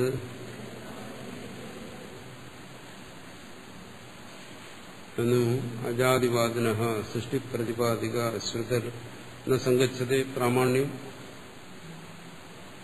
ശ്രുതി പൂർവകാണ്ഡവും ഉത്തരകാണ്ഡവും പ്രമാണമാണ്. സാധാരണഗതിയിൽ പറയും അതും പൂർവകാണ്ഡം എന്ന് പറയുന്നത് കർമ്മത്തെക്കുറിച്ച് പറയുകയാണ്, അതുകൊണ്ട് അതിനെ നിഷേധിക്കേണ്ടതാണ്. ഉത്തരകാണ്ഡം ഉപനിഷത്താണ്, അതാണ് ഞങ്ങൾക്ക് പ്രമാണം എന്നെല്ലാം പറയും. അതുമെല്ലാം ബാലപാഠങ്ങളാണ്. ശ്രുതി എന്ന് പറയുന്നത് പൂർവ ഉത്തരകാണ്ഡങ്ങൾ കൂടിച്ചേർന്നാണ് പ്രമാണമായിരിക്കുന്നത്. ശ്രുതിയിലൊന്നും തന്നെ ആത്യന്തികമായി നിഷേധിക്കാനില്ല. സൃഷ്ടിപ്രതിപാദികമായ ശ്രുതികൾക്ക് എങ്ങനെ പ്രാമാണ്യം വരുമെന്നാണ് ഇവിടെ ചോദിക്കുന്നത്. അതുകൊണ്ട് പറയും പൂർവമീമാംസയും ഉത്തരമീമാംസയും കൂടി ചേർന്നിട്ട് ഏകശാസ്ത്രമാണ്, രണ്ട് ശാസ്ത്രമാണ്. ഒന്നിന് വിരുദ്ധമാണ് മറ്റൊരു ശാസ്ത്രം എന്നൊക്കെ നമ്മൾ ബാലപാഠത്തിൽ പഠിക്കുന്നതാണ്, 1ാം ക്ലാസ്സിൽ പഠിക്കുന്നതാണ്. രണ്ടും കൂടിയാണ് എന്ത് ചെയ്യുന്നത്? പരമാർത്ഥത്തെ ബോധിപ്പിക്കുന്നത്. പരമാർത്ഥം എന്ന് പറയുന്ന അദ്വൈതത്തെ ബോധിപ്പിക്കുന്നത്. ഒന്നിന് മാത്രം അത് ബോധിപ്പിക്കാൻ ശേഷിയില്ല. അത് അദ്വൈതം പലതുണ്ടെന്ന് പറയുന്നത് പോലെയാണ്. ഈ അടുത്ത കാലത്ത് ഒരാളൊരു പുസ്തകം എഴുതിക്കൊണ്ടുവന്നു, പുതിയൊരു അദ്വൈതം. എന്താണ് ഈ അദ്വൈതത്തിന്റെ പ്രത്യേകത? ഇത് ശങ്കരാചാര്യരുടെ അദ്വൈതമല്ല, ഇത് വേറൊരു അദ്വൈതമാണെന്ന് പറയും. വേറൊരു അദ്വൈതം എഴുതിക്കൊണ്ടുവന്നിരിക്കുകയാണ്. ഇപ്പൊ എന്തായി? ശങ്കരാചാര്യരുടെ അദ്വൈതമായി തന്റെ അദ്വൈതം. ഇപ്പൊ 2 അദ്വൈതം. എന്തായാലും അദ്വൈതം എന്ന് പറയുമ്പോൾ പിന്നെ 2 ഇല്ല. പക്ഷെ ഒരാൾ 2 അദ്വൈതം, 2 അദ്വൈതം എന്ന് പറയുകയും ചെയ്യും. അപ്പൊ എന്താണ്? ഒരദ്വൈതവും മനസ്സിലായിട്ടില്ല. അതുകൊണ്ടാണ് ഈ 2 അദ്വൈതം വരുന്നത്. ശങ്കരാചാര്യരുടെ അദ്വൈതം എന്ന് വേറൊരാളുടെ അദ്വൈതം എന്ന് പറയുന്ന 2 അദ്വൈതം വരുന്നത് എന്തുകൊണ്ട്? ഒരദ്വൈതവും മനസ്സിലാകാത്തതുകൊണ്ടാണ്. ഏതെങ്കിലും ഒരദ്വൈതം മനസ്സിലായാൽ പിന്നെ മറ്റേ അദ്വൈതം അവിടെ നിൽക്കും. ആ അദ്വൈതം കൂടെ ഇതിൽ അന്തർഭവിച്ചു. അതുപോലെയാണ് ഇവിടെ ചോദിക്കുന്നത്, നിങ്ങളിതെല്ലാം പറയുമ്പോൾ ശ്രുതി പൂർണ്ണമായും നിങ്ങൾക്ക് പ്രമാണമാണോ? അവിടെ സൃഷ്ടിയെക്കുറിച്ച് പറയുന്ന വാക്യങ്ങളുണ്ടല്ലോ, അത് നിങ്ങൾ പ്രമാണമായിട്ട് എങ്ങനെ എടുക്കും? ഇതിന് ഒരു തരത്തിൽ സമാധാനം നമ്മൾ പറഞ്ഞതാണ്. പറയുന്നു, പാഠം നിങ്ങൾ പറയുന്നത് ശരിയാണ്. വിദ്യതേ സൃഷ്ടി പ്രതിപാദിക ശ്രുതി. സൃഷ്ടിയെ പ്രതിപാദനം ചെയ്യുന്ന ശ്രുതികളുണ്ട്, കർമ്മത്തെക്കുറിച്ച് പറയുന്ന ശ്രുതികളുണ്ട്. പക്ഷേ സാത്വ അന്യപര ഉപായ സ്വ അവതാരായ അഭൂചാമ. നേരത്തെ ഞാനതിന് സമാധാനം പറഞ്ഞു. എന്താണ് ഇതെല്ലാം? ഉപായസ്വ അവതാരായ അദ്വൈത ബോധത്തെ ഉറപ്പിക്കുന്നതിന് വേണ്ടിയിട്ടുള്ള മറ്റൊരു ഉപായമാണ്. അല്ലാതെ രണ്ടദ്വൈതം ഉണ്ടെന്ന് പറയുന്നത്. അതുകൊണ്ട് ശങ്കരാചാര്യർ പറഞ്ഞ അദ്വൈതത്തെ അപ്പുറം പോകുന്ന ഒരു അദ്വൈതം ഉണ്ടാക്കിയിട്ട് ശങ്കരാചാര്യർ തോപ്പിക്കാൻ വേണ്ടി ശ്രമിക്കേണ്ട കാര്യമൊന്നുമില്ല. രണ്ടദ്വൈതത്തിനൊരിക്കലും നിലനിൽക്കാൻ സാധ്യമേ അല്ല. ശ്രുതി ഏകശ്രുതിയാണ്. ശ്രുതിയുടെ താല്പര്യം തന്നെ എന്താണ്? അദ്വൈതത്തെ ബോധിപ്പിക്കാൻ വേണ്ടിയിട്ടാണ്. ഒന്നിന് വിരോധമാണ് മറ്റൊരു ശ്രുതി, അങ്ങനെ ഒന്നും വരത്തില്ല. പരമാർത്ഥത്തിൽ ഇതിന്റെ എല്ലാം താല്പര്യം എന്താണോ? ഏത് ഭാഗത്തിന്റെയും താല്പര്യം ഇതിനെ ബോധിപ്പിക്കാനാണ്. ഒരു തരത്തിലല്ലെങ്കിൽ വേറൊരു രീതിയിൽ അത് ബോധിപ്പിക്കുന്നുണ്ട്. ചിലടത്ത് അർത്ഥവാദപരമായി ബോധിപ്പിക്കും, ചിലടത്ത് വിധി മുഖേന ബോധിപ്പിക്കും, ചിലടത്ത് നിഷേധ മുഖേന ബോധിപ്പിക്കും. ഏത് തരത്തിലായാലും അത് അദ്വൈതത്തിൽ തന്നെ എത്തിച്ചേരും. ഇതാനും ഉക്തേഭി പരിഹാരേ പുനഃശ്ചോദ്യ പരിഹാരോ പറയുന്നു. ഇതിനൊക്കെ സമാധാനം പറഞ്ഞു കഴിഞ്ഞാണ് വീണ്ടും ചോദിക്കുന്നു. സംശയം മാറുന്നില്ല. അതുകൊണ്ട് വീണ്ടും പരിഹാരവും പറയേണ്ടി വരുന്നു. അന്നത്തെ വിഷയം ചർച്ച ചെയ്തതാണ് വേറെ തരത്തിൽ. പക്ഷെ വീണ്ടും ചോദിച്ചാൽ സമാധാനം പറയണമല്ലോ. നമ്മൾ ഈ പറയുന്ന കാര്യങ്ങൾ മുമ്പ് കേട്ടത് തന്നെയാണെങ്കിലും ഓരോ തവണ കേൾക്കുമ്പോഴും നമുക്ക് പുതിയതായി അനുഭവപ്പെടുന്നത് പോലെയാണ്. കാരണം മുമ്പ് കേട്ടത് മനസ്സിലിരിക്കാത്തതുകൊണ്ട് വീണ്ടും കേൾക്കുമ്പോൾ പുതുതായി അനുഭവപ്പെടും. അത് തന്നെയാണ് ഇവിടെ സംഭവിക്കുന്നത്. ഉക്തേവി പരിഹാരേ പുനഃശ്ചോദ്യ പരിഹാരം. സമാധാനം പറഞ്ഞു കഴിഞ്ഞ് വീണ്ടും ചോദ്യം, വീണ്ടും സമാധാനം.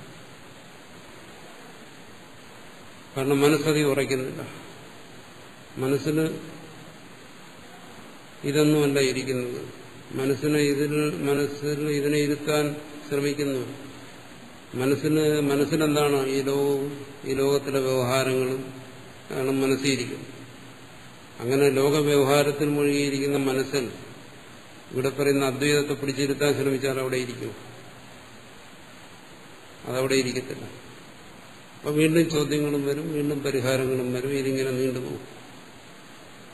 വിവക്ഷിതാർത്ഥം പ്രതി സൃഷ്ടി ശ്രുതി അക്ഷരാണാം ആനുലോമ്യ